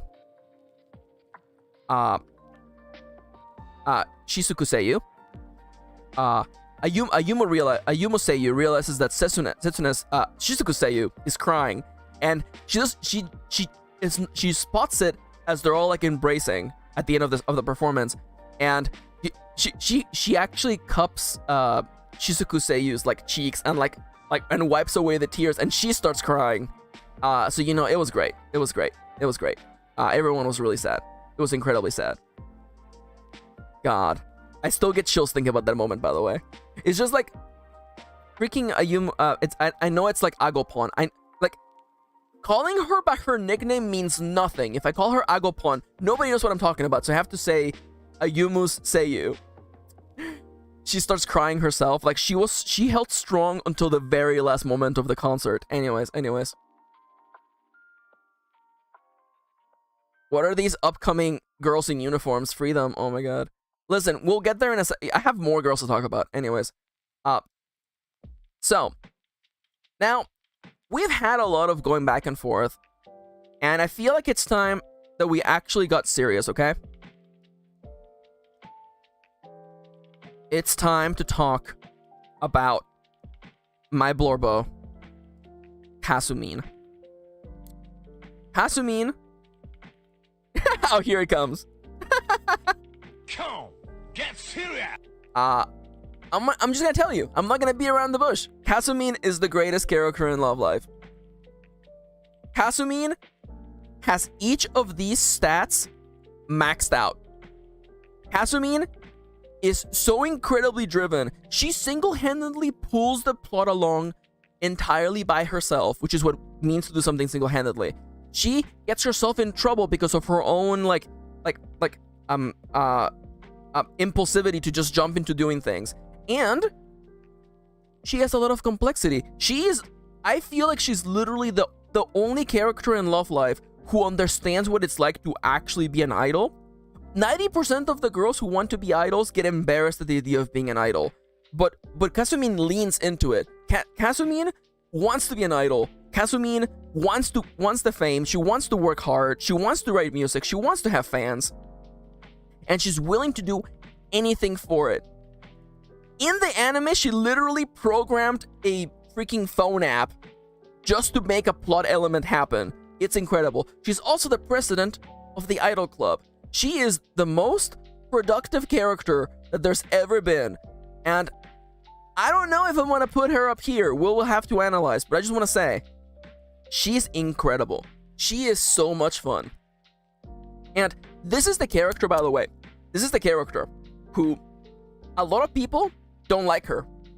Because a lot of people are still internally teenagers and they don't realize that they can like characters who have flaws.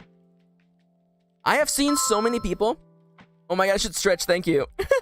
I have seen so many people complain about Kasumine. They say she's just a meme. She's not a meme. She's not a meme. She literally doesn't have a gag. She doesn't have like a saying she says. You know?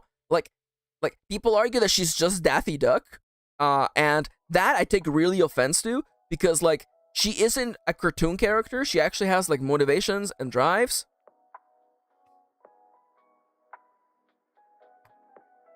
Yeah, and they animate her. Her expressions are so good in the anime. See, Chips gets it. Chips says she's less a meme and more genuinely funny in her actions. And like so like I'm not gonna say that if you don't like her you have bad taste. But every person I know who has told me they don't like Kasumi are the kind of people who only like characters who they think are cool and incredible and have no flaws. Basically people who shouldn't be writing stories. I'm sorry. Characters need to have flaws. Characters need to have elements that add friction to the story, but also be able to propel the plot forward. I can see myself writing so many ridiculous, fun, and exciting stories with Kasumi. Kasumi is easily the protagonist of Nijigaku. Even if she only gets like 6% of the screen time. Now, speaking of good girls, speaking of characters who are coded as being neurodivergent, let's talk about Rina. So, full disclosure. Wait. Okay. Are we back? Sorry, OBS told me that the internet died for a second. Are we all here? Are we all here? If you can still see the stream. Oh, hell yeah. Okay. Chips is here. That's all I care about. That's not true. That's not true. I love all of you. I saw Chips here, and I was like, okay, Chips is here. Chips can back up my points. Leon must be nearby. Oh my god. Leon S. Kennedy's here. Oh no, I hate that. He's just so sexy. Oh. Damn, that's sexy Leon S. Kennedy. So, Rina holds a notebook with a little emoji face on it to express her emotions. And when I saw this character concept, I instantly hated her. I instantly thought, how are you gonna make this character interesting and balanced where she isn't just a sad meme? You know? Is this character going to be autistic coded or something? She's definitely neurodivergent for sure. And during the anime, we learn why she uses the notebook to express her emotions. We learn from her own explanation that she has trouble expressing herself. That she has trouble reading people's expressions and expressing her own emotions. So she uses that notebook, one, to shield her own expression from other people, and also to tell people how she feels about what's happening. A little smiley face to show that she's, you know, in a happy state, you know, a resolute face to show that she's excited about something. And over the course of the show, she grows closer to the other girls to the point where she's able to actually shed the notebook. She still uses it, but most of the time she actually does not. She actually learns. Let me actually look up a picture of her with the notebook, by the way. Rina-chan Love Live. Here's her original image. Oh my god. Here's the original image. Oh my god. When I first saw this character design, I hated her. When I saw that it was a girl holding a notebook to her face, I'm like, why? Why is she doing this? It's kind of like way too anime for me, and kind of like silly and dumb. But the anime did a good job of actually having her grow over the you know, they didn't rush it. They took their time with her, you know. We learned why she uses the board. You know, people supported her using the little notebook to express her feelings, and eventually she got close enough, and she learned enough about herself and others to be able to shed this notebook and be who she really wants to be. Now that's what I call character development, by the way. Yeah, Bianca, that character was assigned to you yesterday. Rina is incredibly sweet, incredibly driven, and I really freaking love that. And you know what? I'm sorry, but the later girls are just so much more interesting. Rina's just so cute. Now, unfortunately, we're pretty much done with all the good characters in this show. So let's talk about Kanata. Kanata, as you can tell from the fact that she has one eye closed, she's sleepy. Now, most of the time you would be thinking, oh no, Max is about to roast Kanata because she's all just sleep. Actually, Kanata has a lot going on in her story. you'll learn that the reason why she's sleepy is because she's actually working like 2 jobs and going to school in order to support her sister, who's going to college. Can you imagine a character with things at stake who's putting herself in a bad position to benefit someone else? Self-sacrifice? Without complaining about it? She never she actually literally doesn't tell her friends. They have to find out that she's doing this, you know?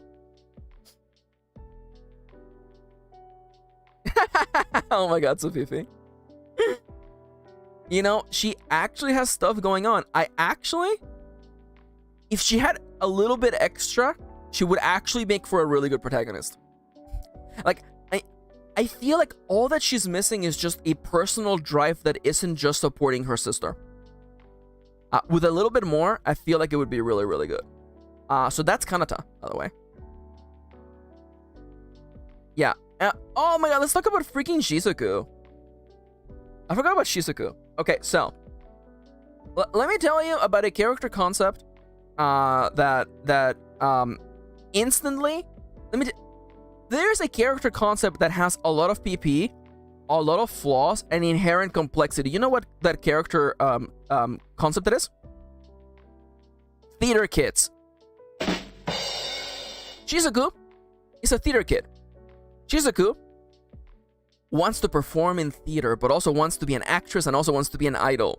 And she balances all of these things somehow. She is incredibly dramatic. She has literally a song named after Audrey Hepburn. It's incredible. Actually, she references Audrey Hepburn in one of her songs. Whatever, it's fine. I know we're not using songs, but this is actually to back up my point. A character who inherently wants to do something is better than a character who has nothing going on in their life. Shizuku wants to be an actress, and that is inherently more complex than an actress, and an idol is better than just literally just an idol. Forgive me, I need to drink water.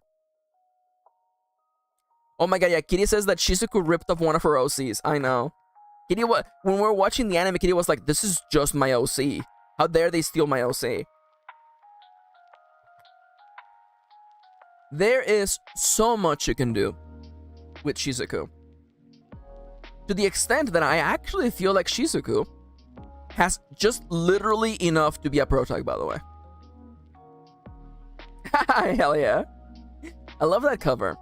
Shizuku has enough going on that she can literally be a character. Again, you know, these are ranked left to right, by the way. She's the least best protag, but she's still a really good protag. Oh. It's time for Emma. It's time for Emma Verde. Verde means green. That's about as deep as her character gets. So, Emma is from Holland or Switzerland or wherever the hell she's from. I think it's Holland. And she moved to Japan because she wanted to become an idol. I certainly hope they don't ever use this storyline ever again. And you may be asking, Max, tell me a little bit about Emma. Well, she's kind of, well, she's nice. Unfortunately, being a nice guy or a nice girl does not pay the bills. Now, when I was talking to Kitty about how Emma has nothing going on in her life, and in her character, Kitty argued with me that Emma has her family who are cheering for her. To which I replied, Kitty, everyone's family is cheering for them in this board. Everyone's cheering for them. So now, what are you gonna tell me? Oh, is Emma more inherently interesting because she has 6 siblings? I'm sorry, but having 6 siblings is not a personality. Charles? No, that's too mean. Sorry, Charles is the first person who came to mind. Who else who I know that has 6 siblings? My mom. You know, okay, you know, having 6 siblings is not the same as having a personality. Mom? Alright. That felt bad. That felt bad. All right. Sure hope my mom's not watching the stream today. Hey, Mom. Listen. Emma's cute, and she's definitely sweet. But you know what they say about nice guys? It's the same thing they say about nice girls. They finish last, so... I can't believe Emma Verde is Maxi's room. That is actually the color my room is, by the way. This is literally the color my room is, by the way. Literally? The walls are green and the furniture is white. That's literally what my room looks like. Also, Ronnie, how do you know what my room looks like? So Emma... God. Is Emma a side character? No. She does have... Oh, Mom, not room. Oh. Damn. That makes more sense, actually. That makes more sense, actually. Alright, yeah, I'm gonna just put her literally at the bottom if she has nothing going on. Now, oh my god, we could actually move through a bunch of girls really quickly. So, let's talk about Ai. Let's talk about Ai.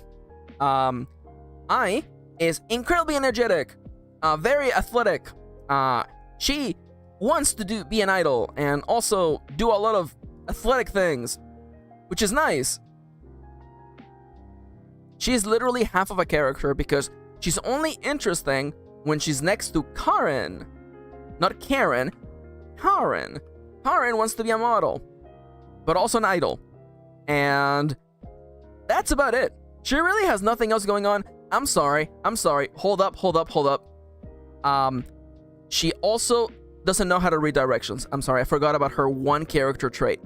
So, between the two of them, they're not really a complete character, by the way. When combined, because they're also best friends, by the way, definitely things are better when they're together. But by themselves, they're not main character material. So, unfortunately, no one has as least going on as Emma, but they still don't have much going on. And she's sexy. Yup, that's it. All right, so in season 2 of Nijigaku, they added 3 new girls, going from 9 to 12, if I can do the math. No, was it 10? Crap, whatever. They added 3 more girls, by the way. They added 3 more girls. They added Shioriko. They added Longzu, and they added Mia Taylor. I'm gonna talk about them close to one another because my feelings are pretty similar to... Oh, okay, you know what? Time for you to guess, okay? Oh, I feel really similarly about 2 of these girls, and only one of them is good. Do you want to guess which one of them is good? Longju? Really? Longju? I thought it was Longzu, but I guess I don't know how to pronounce that other language. So, Shioriko, she is the new student council president, maybe? I literally don't remember what her thing is. She has so little happen in season 2. The only character trait she has is that she has a little tooth poking out when she smiles. That's about it. And Key's gonna be like, but Max, Shioriko has more stuff going on. Her sister is really cool. Once again, having cool siblings does not make you more interesting. Actually, here's a clear example. Plaguesworth is the coolest guy I know, and that doesn't make me any cool. I'm still as lame as ever. Stream her songs though. Yeah, so welcome to You Literally Have Nothing Going On. I would almost argue she has less going on than Emma, but I like the meme that I hate Emma, so I'm gonna put her there. Oh my god, it's so true! Timber says, I just noticed how tiny the hands are and it's freaking me out. Oh my god, yes. The hands are so small. Like, if you hold your hand to your face, you realize that your hands should be about the size of your face. The hands are so small. Anyways, so Longzu. Can you make me a presentation? Oh, it's all the new girls here. Okay, perfect. So, Longju came to Japan to teach all these Japanese idols how to be idol for real. And she is driven. She's powerful.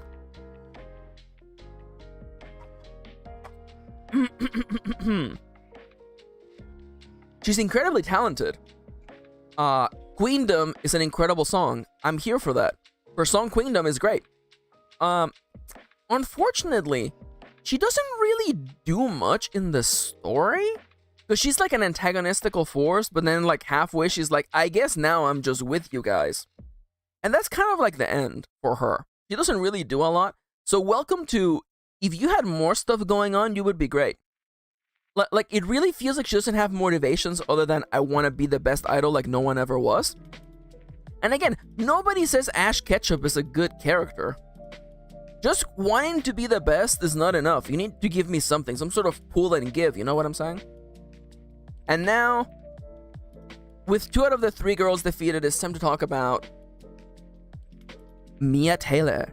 So Mia Taylor is the first English-speaking member of Love Live. Her song, Toy, I believe it's just Toy, isn't it? Is incredible. Unfortunately, we're not ranking girls based on what song they sing. Mia has a really, really funny trait that she does. It's Toy Doll, thank you. I was gonna say Boy Toy, and then I was like, it's not Boy Toy, it's just Toy Doll. That's what it is, yeah. Definitely stream Toy Doll, by the way. All their music is on Spotify, by the way, so go fucking listen to it. Anyways, so in the anime, at random times, she just kind of speaks in English. Nobody understands English other than her, but she speaks in English, and I kind of love that. That's a really stupid vibe. I love it. I'm here for that. So Kitty and I, we had this meme whenever we were watching the anime.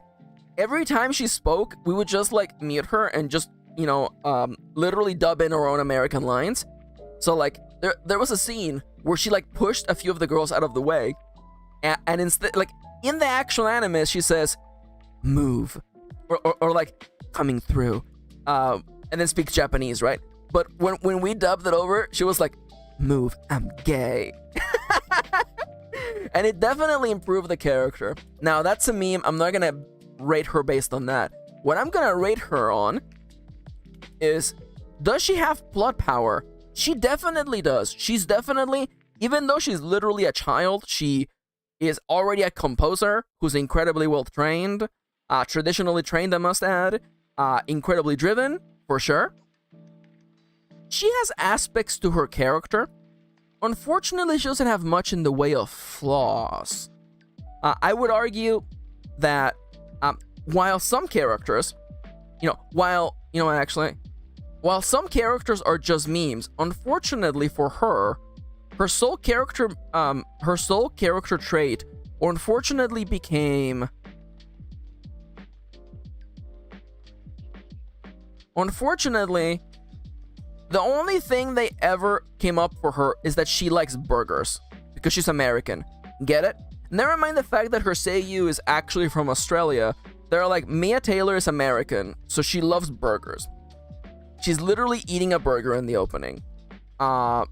So I definitely feel like she's good. I actually think she's good, but she needs a little bit extra. I'm gonna put her at the front of needing a little extra. No, never mind. I'm gonna put her right here. Again, like, eating burgers is not a character trait.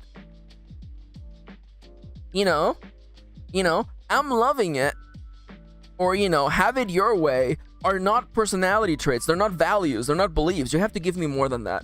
And now we find ourselves, once again, arriving at nearly the end of the road for us. Let's talk about Layla. Layla introduced originally only 5 girls. And in Season 2, they added 4 girls, bringing us back to the classic 9. There's 3 antagonists as opposed to only just 2. And this series is inherently different. We're back again to school-related shenanigans. We're back again to, our school has some sort of weird thing against idols, so we have to, like, fight the system, except, wow, that was easy. You know, so that's like the struggle of the first season, which is not very exciting in my life.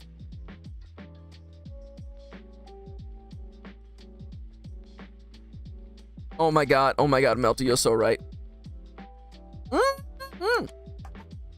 It's real, but it's also right. We're not booing you.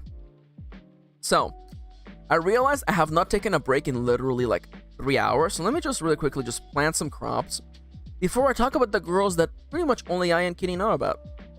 And then after that, I'll talk about the girls that nobody knows about. So, you know, it'll be fun. It's winter time. Freaking, like, get me this. And that's as far as it gets, huh? Alright, and now, what else do I want? I just want clocks, man. Just give me some clocks.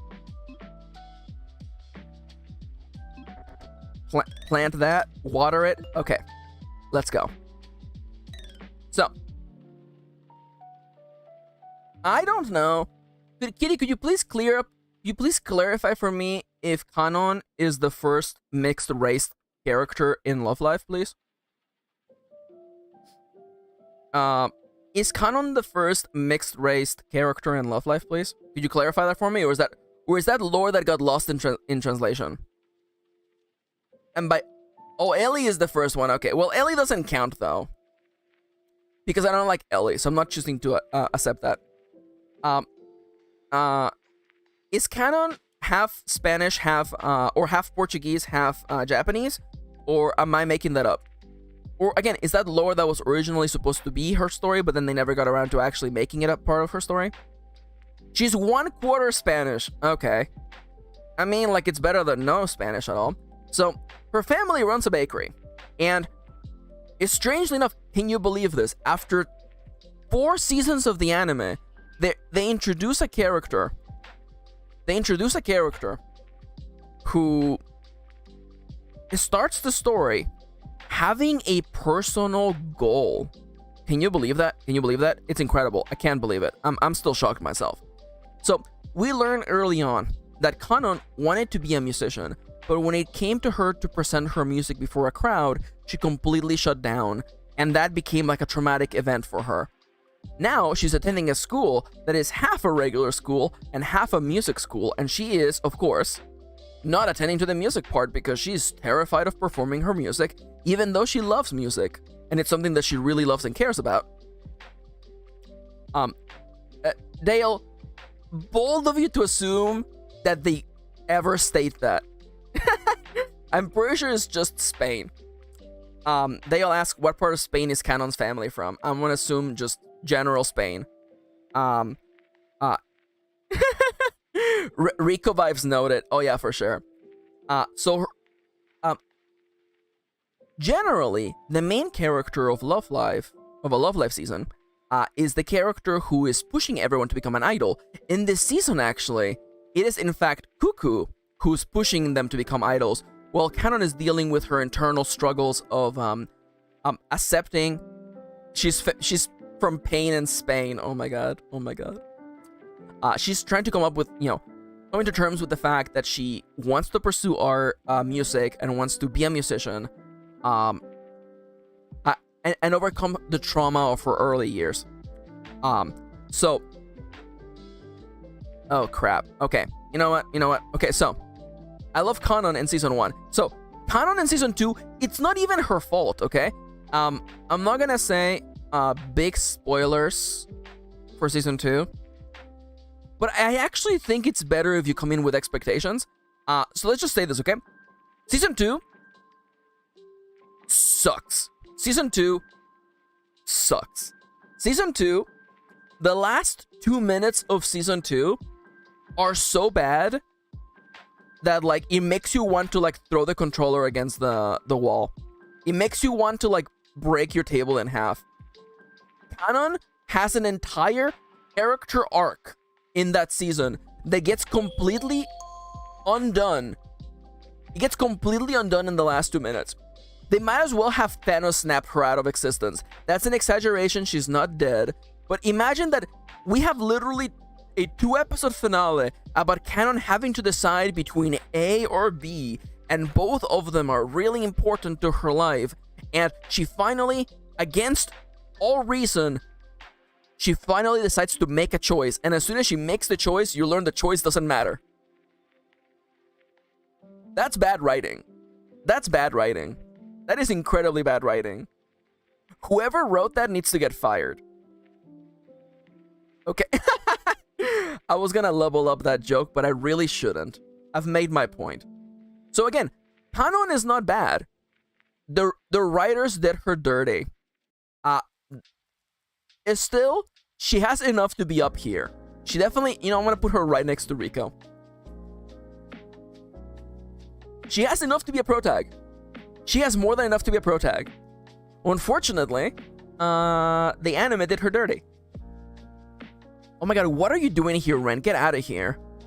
Let's talk about Chisato. Let's talk about Chisato.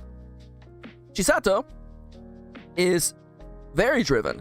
She's in fact so driven that she literally doesn't need the entire group to be able to be a successful person. She ends up tagging along with the idol group only in part because her best friend is Kanon, and she wants her friend to be happy. And even though she's happy with being an idol, I have the faint feeling that if Chisato just stuck to whatever she wanted to do, she would be happy, if not happier. So unfortunately, listen, I think that ultimately Chisato's ultimately a side character. I'm sorry. Listen, I like her. I actually really like her. But it feels like she's a character who shows up in the book, and then you learn that, oh, she's actually from this other book series, which is way more interesting there. You know what I'm saying? It happens.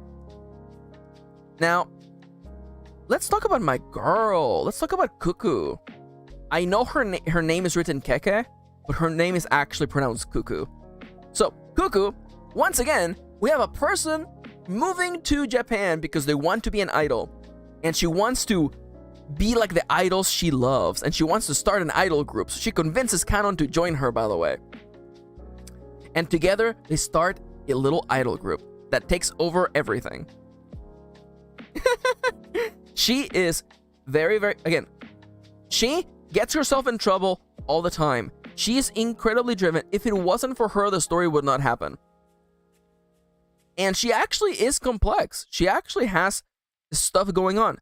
Unfortunately, once again, Season 2 strikes again. At the end of Season 1, we learn that the reason why Cuckoo... Oh, by the way, Chips, don't worry about the spoilers. It's fine.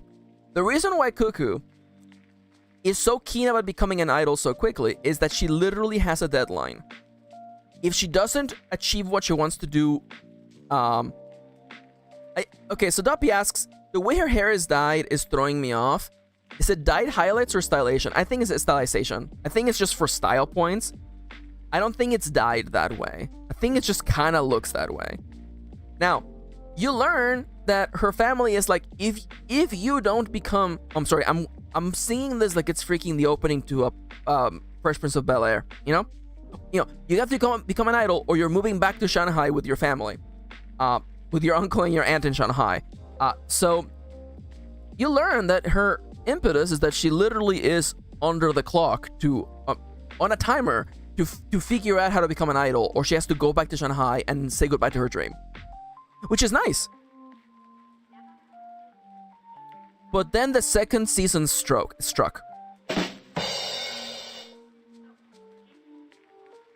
Yeah, there you go. Kitty just said it. So, unfortunately, Season 2 comes in and goes, yeah, remember that plotline? Let's literally not talk about it ever again. Because let me tell you, they don't win Love Live in the first season. So, going by the logic of the first season, the second season would be like, well, I guess Cuckoo has to go back to Shanghai. And a character... This is the worst part, by the way. If you have a plot hole... See, if you have a plot hole in your writing, okay? Do me a favor, okay? I'm taking off my glasses, okay? Do me one freaking favor, by the way, okay? If you have a plot hole in your writing and you realize there's a plot hole, I'm literally massaging my temples right now. Do not have a character point out the plot hole for me, please. I have noticed it. I noticed the plot hole. Do not have a character be, hey, what about that thing we established earlier? Why isn't it a big deal anymore? Don't do that. Don't do the thing. where you just have someone else laugh off about the thing we were worrying about before. As Kitty said, if you learn one thing from this stream, is this: if you have a plot hole in your story, first off, fix it before people get to read it. But if you decide to not fix it and instead do nothing, please don't have a character point out the plot holes, please. Now, I want to say, by the way, Season 2 of Layla is not bad. It's just that the worst parts of the season are really, really bad. Especially the last 2 minutes are literally the worst time you will ever have watching Love Live. But it's also very gay. So we'll get to Shiki and Mei in a second. But if you want gay shenanigans, definitely watch it. Just expect it to be bad. So Cuckoo is literally good enough to be a protag. Yeah, no, this feels good. This feels good. This feels good. Let's talk about Sumire. Oh my god. Freaking Sumire. Alright, so. Oh, no worries, Melta. Thank you for coming today. Take care. Goodbye. Bye. This gives me a chance. This gives me a chance to drink some water. Bye, Melty.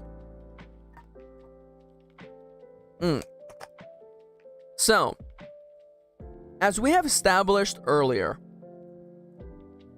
burger.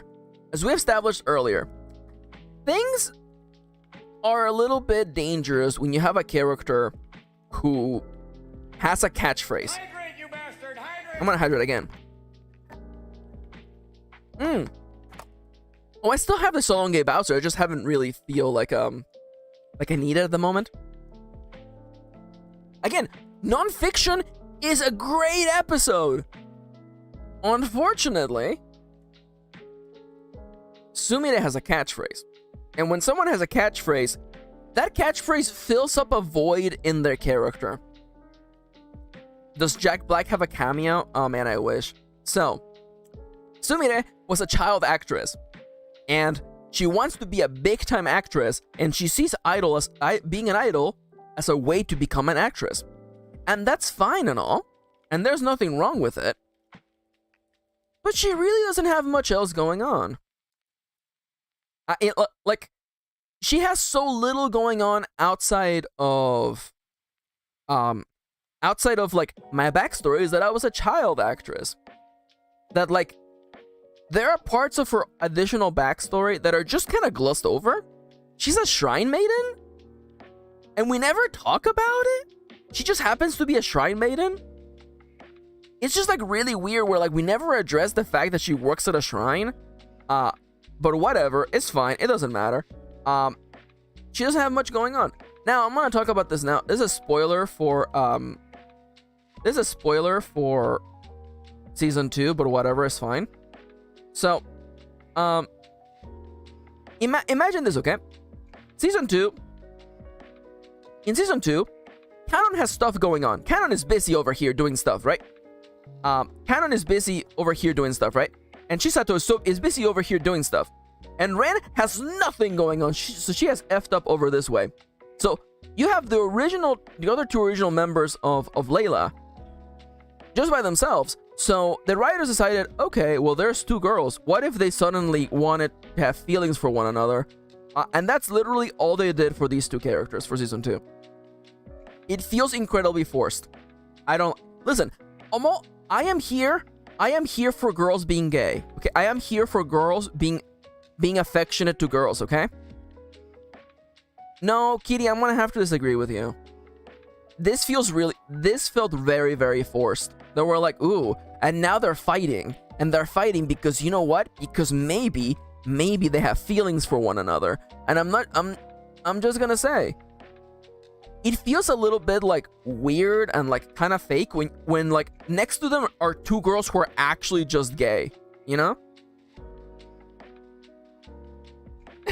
Oh my god, Kendra. So, as you can imagine, Season 2 was not kind to Sumire. So, unfortunately, I'm gonna put her right here, right behind Ruby, unfortunately. And as you can imagine, there's one girl that I have not wanted to talk about. And it's Ren. Never mind the fact that her color is incredibly awful for rendering on a computer screen, but whatever, it's fine. That's not her fault.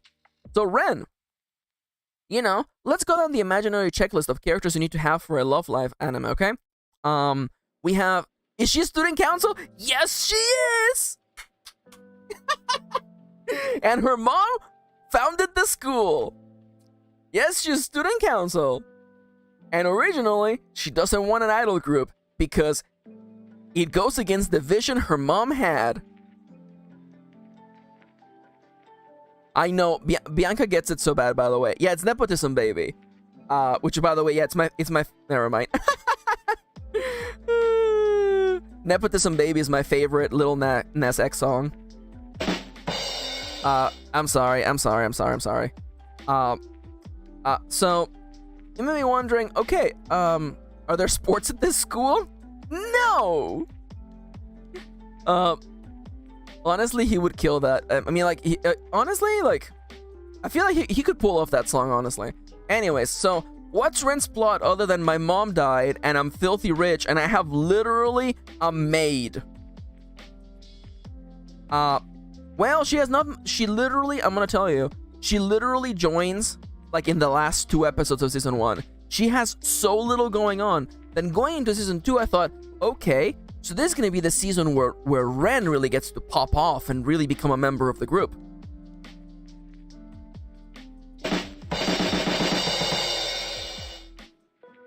The joke is that none of that happens. You wanna know what character development she gets? Her deadbeat dad, that's not true, her dad, who she hasn't met in forever, gives her a bunch of game consoles and she becomes addicted to playing video games. I love spamming because it sounds like people violently hitting the drums. Alright, so this bears repeating, so I'm gonna say it again, okay? Being addicted to video games is not a personality.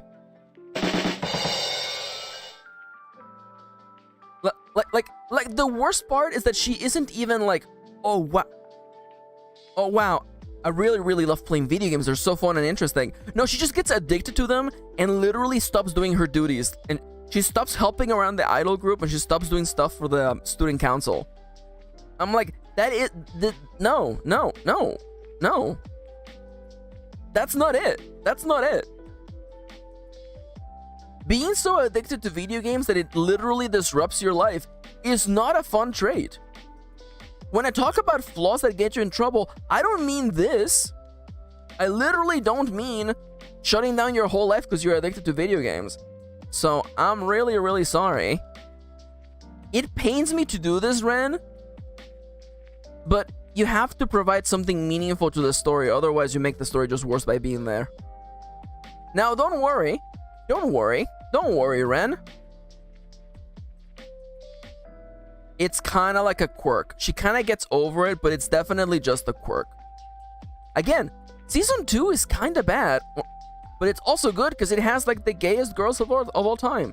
Speaking of girls who are gay, let me save them for last.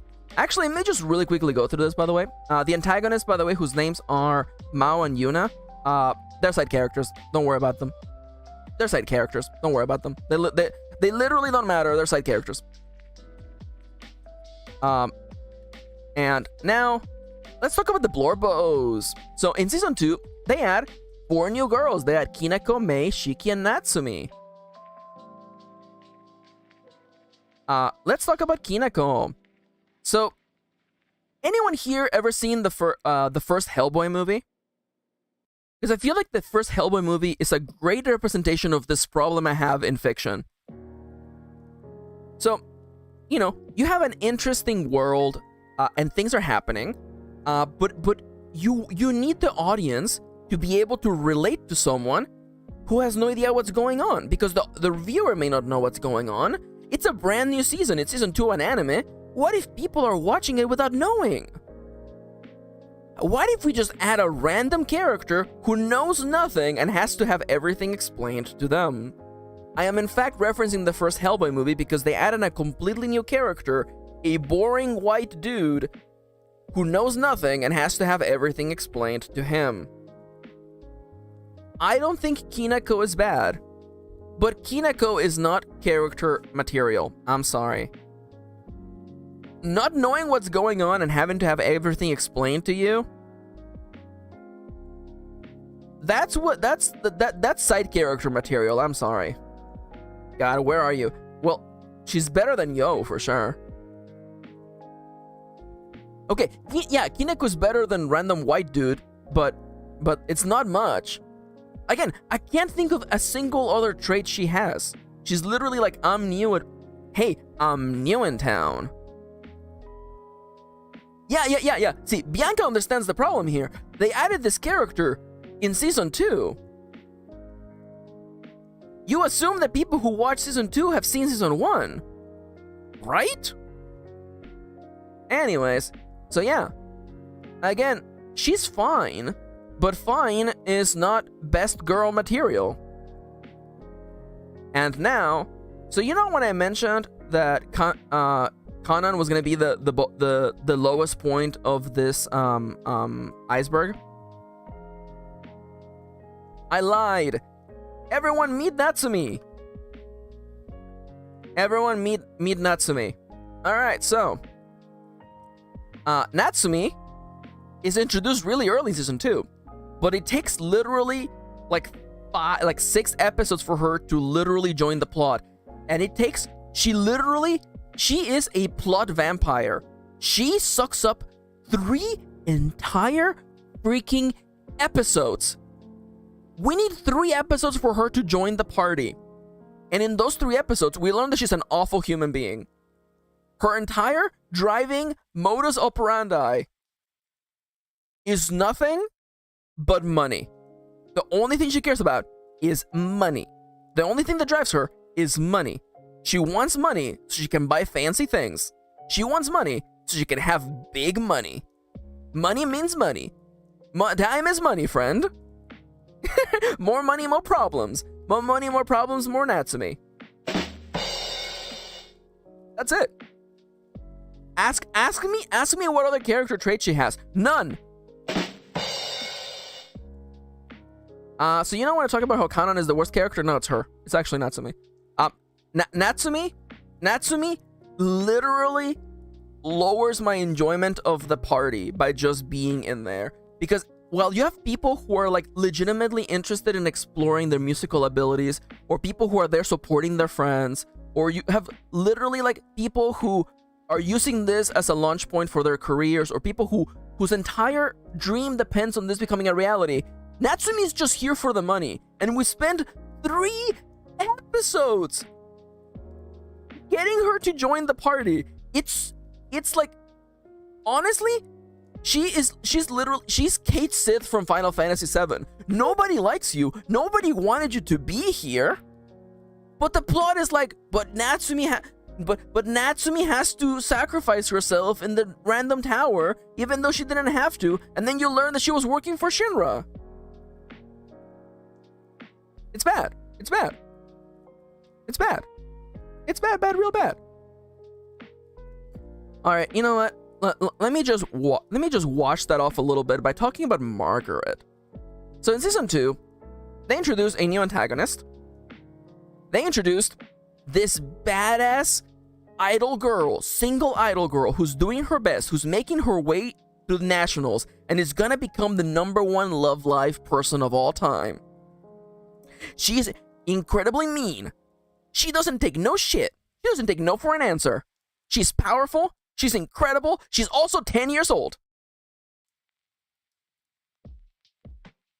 And she talks about how life is not worth living if she can't be the winner. Also, she's 14. No. She's not 14. She's like 11 years old. She is not 14 years old.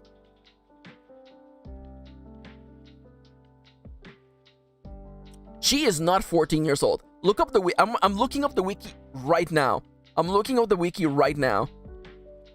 Okay. Margaret Love Life. How old is she?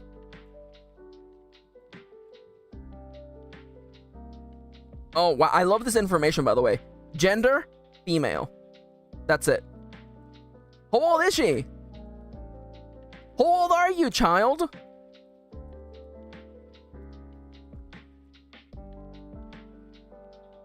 Also, her name is so forgettable that I thought her name was like Tabitha, by the way. She's girl years old, by the way. I'm looking it up. How old is Margaret? Yes. Kitty, I cannot find this information. I'm pretty sure she skipped a few years, by the way, so her being a second year means nothing. Anyway, she is literally a child. I remember them saying she was 10 years old. No, I'm pretty sure she skipped years. I feel like we literally established that she skipped years, by the way. Anyways, her plotline is that she also wants to become an idol because she's not, as you can tell, she's not Japanese. If she doesn't complete her her dream, she has to go back home. So as you can imagine, very, very original, by the way.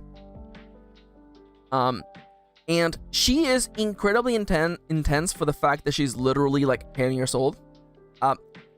Like this kid hasn't even like filed her taxes once, and she's already completely jaded and believes that the world is nothing but suffering and pain.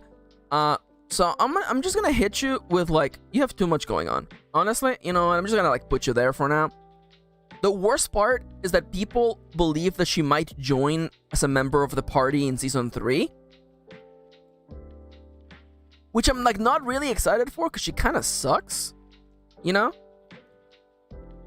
Like, I don't want to say she was playing dirty, but I'm just kind of like, you know. Okay.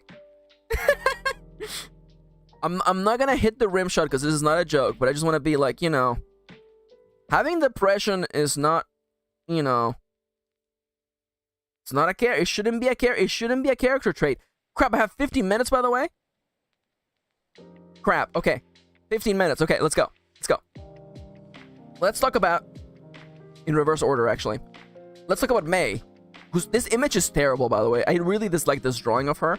But man, look at Shiki. Shiki's looking good, by the way. Are we gonna watch just to find out how old she is? Good luck. So, May wants to be an idol. She loves idols. She is addicted to idols. But she doesn't think she has what it takes to become an idol. Hi, May. Welcome. She doesn't think she has what it takes to be an idol, by the way. Oh, May. I get it. It's because M-A-Y versus M-E-I. Yeah. So, she wants to be an idol, but she's very, very unsure about herself. There should be an idol that vapes. Oh my god, it's Planks with everybody. Welcome. Hey, Ace. Hey, what's up, my man? Hey, Plank.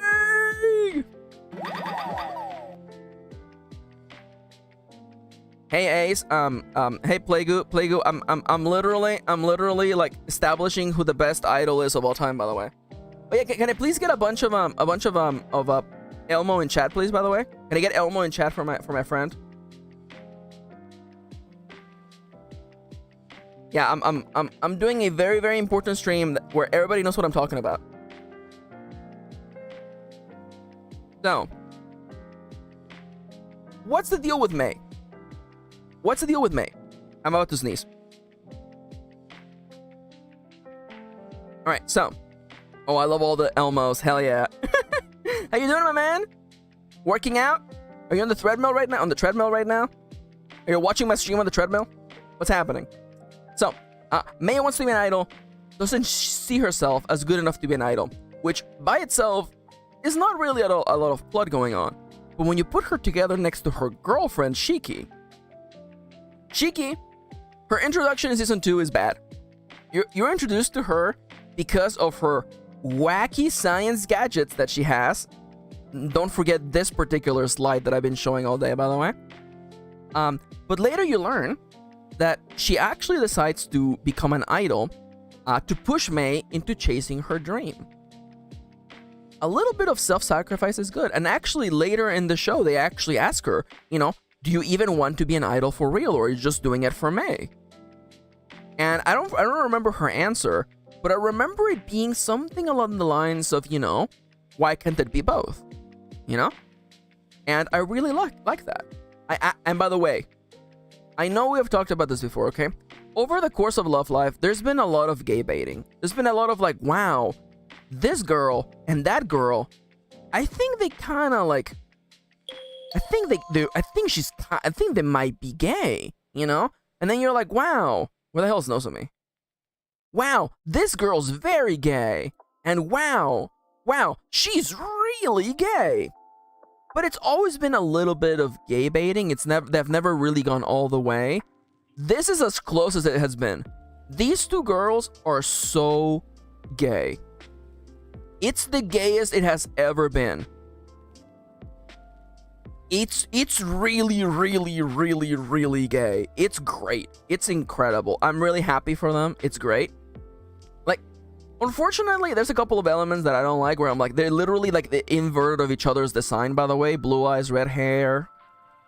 Blue eyes, red hair, blue eyes, but whatever, is fine. We take them where we can get them, okay? So, here's the dealio. May needs a little bit more to be interesting. I'm gonna put her like, like right here. Meanwhile, actually, Shiki, hey, congrats on the words, Alex. Well, Shiki just needs to have a girlfriend in order for her plot to be like good to go. So yeah. Now, I'm gonna end this stream by guessing where these girls are going to be. These are the new girls from the new Love Life project, by the way. When will someone be best girl? As soon as I finish this. Now, these girls have not... I guess they're streaming already, but they're like VTubers, but also idols.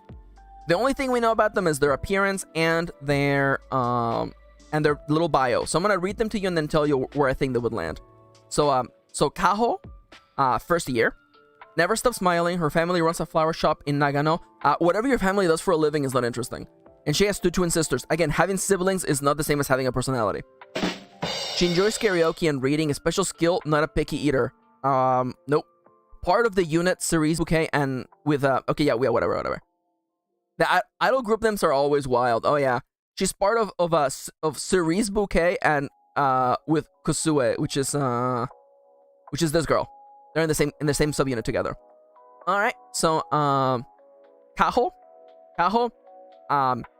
you don't have much going on. Sorry, girl. You're not Emma material, but like literally, like all I know is that your family does things and you have siblings, which that's not a personality. Sorry. Kitty, what's the name of the main unit Kitty, what's the name of the main unit? Can you please answer Dale's question because I don't know the answer to. Next girl, Sayaka. Oh, they don't have a gay name yet. Okay. So much bullying, poor Emma. She knows what she did.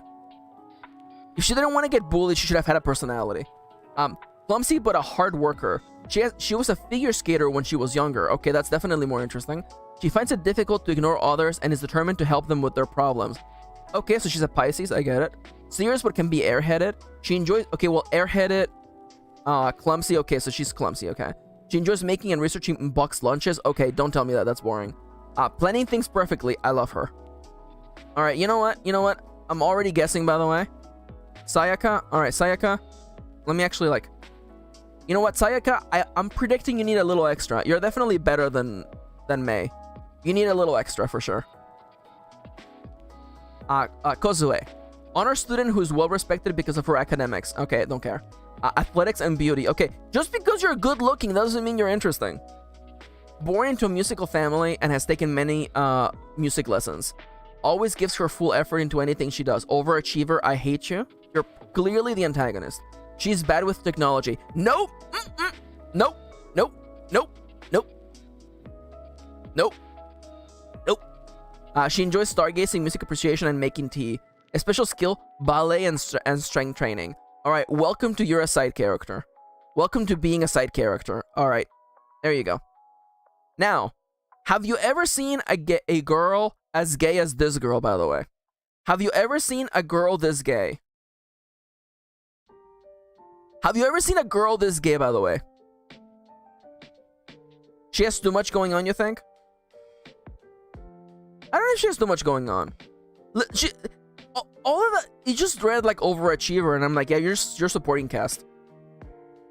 Also, yeah, she's wearing gloves. She has stars, and she's gay. This is a character I could have designed, by the way. Oh my god, her unit is called Dolchestra. So that's a Suzuri. She's absent-minded and has a particular way of speaking.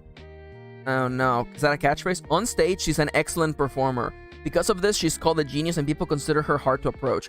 However, she gets lonely and is very friendly. She enjoys watching anything that moves and listening to others. Special skill, how fast she can fall asleep. Is that my wife? Is that my wife? She's also super autistic coded. I see that.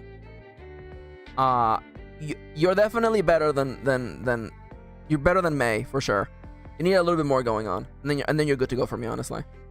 All right, 2 girls left. Rudy, no. Can I move this down a little bit? Hell yeah. Rudy, no. Her icon is a battery. Just returned from studying abroad in California. Excuse me? Excuse me? She just came back from studying in California. What the hell did she learn? I learned nothing in school. This girl's not passing her grades. Also, what's wrong with her hand, by the way? What's wrong with her hand? At first, she seems to be a happy-go-lucky party girl, but she can be overly careful. When she runs out of energy, she enters a dead battery state. She and Megumi are childhood friends. Who's Megumi? Oh, you're Megumi, okay. She enjoys fishing, karaoke, and going to batting cages. A special skill, finding fun in anything. Okay.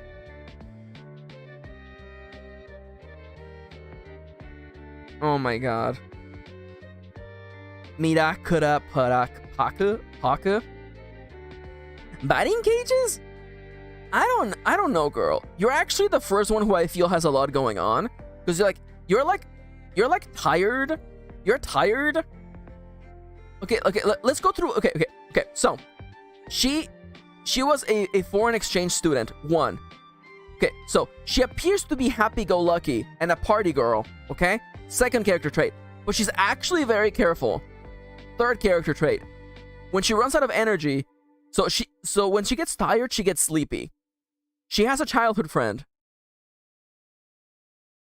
and then she enjoys freaking fishing. She enjoys karaoke. She enjoys going to batting games. Girl. You have too much going on, by the way. Girl, you have too much going on. None of this has anything to do with one another. You can't even be like, oh, well, fishing is kind of a physical activity like going to batting cages. Honestly, by the way, honestly, you know what she looks like? She's literally just a... Yeah, this girl is just Kiryu. She's just a Persona protagonist doing all the side quests. She literally is just a Persona character doing all the side quests. Batting cages are a thing. Oh, batting cages means lesbian? Okay, that's fair. I'm okay with that. Alright, so I already put you and you have way too much going on. And now the last girl, Megumi, who looks absolutely normal.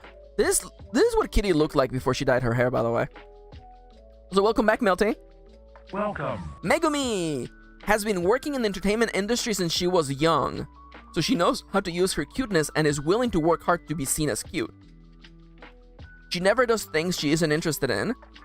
Yeah, like everyone else in the world? Yeah, I too don't like to do things I'm not interested in. That's why I do things. Because I'm interested in them. So she was forced to enroll into this school due to poor academic... She has bad grades? She has bad grades? She's bad at school? Due to the circumstances, she's taking a break from school idle activities. She enjoys streaming and editing, a special skill drawing girls and making accessories. Oh, this girl's just gay. This girl's gay. She can't do math. She can't do math, and she loves girls. She's gay. Alright. You know what? I'm gonna put you right here under you don't have a lot going on.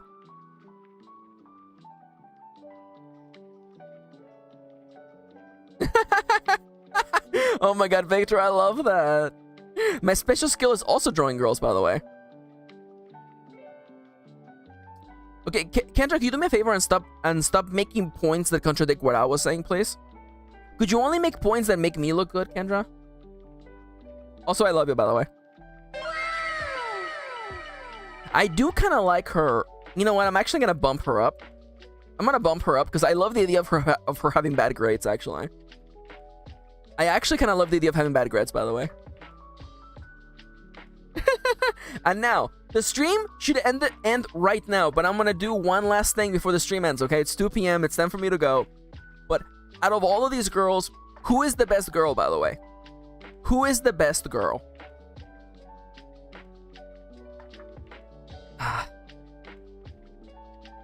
No, Kendra, I'm memeing on you. You're good. I love you. Okay, so when Honoka had bad grades, I ignored it because I didn't want to. Well, actually, it's my favorite one is Kitty. In fact, my favorite one is Kitty, by the way. My wife is the best girl, but out of these girls here, it's absolutely Kasumin. And it's not because I literally have a shrine of Kasumi figures and like pins and stuffs, but it's also because she's a character who just makes me really happy to enjoy the fiction of this world. She's inherently driven. She is funny. She makes things happen in the story. If I had to write her, I would have so much fun, and I wouldn't have to change a single part about her character or backstory. And that just goes to show, you know, as proven scientifically, her PP is huge.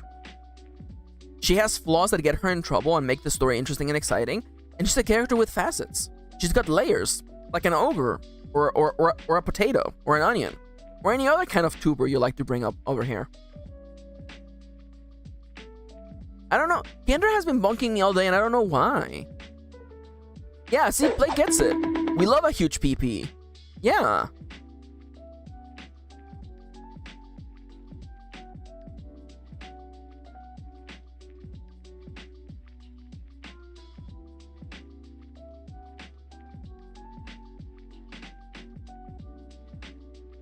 Oh no, I can't believe it. My finger slipped and I added that quote from Plakesworth. We love a huge PP. Did Max die? I didn't. I was literally typing that. No worries, Bianca. I'm happy you all enjoyed this ridiculous stream. Again, Thursdays are nonsense Thursdays, by the way. So thank you for joining me today. Thank you for being a part of this ridiculous stream. I usually like to do like a little bit of a wind down and stuff, but I'm already over time. I gotta get out of here and get going with my life. I hope you enjoyed being part of this ridiculous experience. I hope you enjoyed hearing me rant about all of these girls. By the way, I am in fact gonna download that, and there you go. Here's my image, by the way. There it is. And now, I want to just take a second, by the way. Yeah, definitely. Yeah, you know, if this got you interested into Love Life, I definitely recommend you check it out. Nijigasaki High School Idol Club is definitely the best out of all the seasons. Fight Me. Layla is not that bad. It's just season 2 really drops the ball. And I want to say I really got to get out of here, so I'm going to start winding down. Thank you for watching. Thank you for joining me. Thank you for making me a part of your day. And I will see you all next time. Bye-bye. Okay, that's all the time I've got. I gotta get back to playing Animal Crossing New Leaf on my Nintendo 3DS.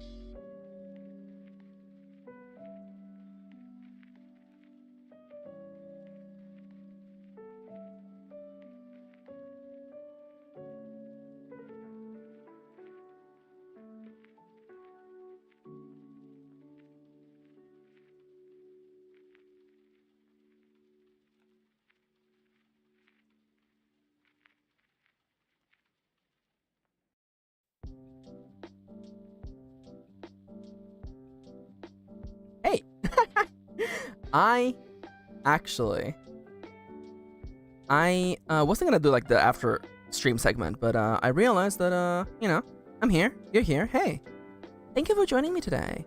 Sorry that today's stream was a little bit sorry, Chips, I love you.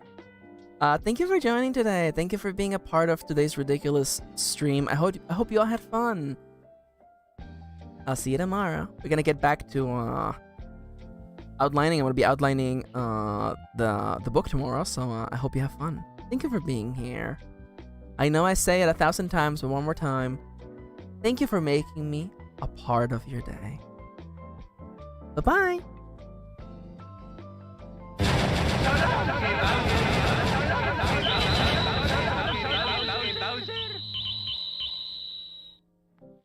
Okay, that's all the time I've got. I gotta get back to playing Animal Crossing New Leaf on my Nintendo 3DS.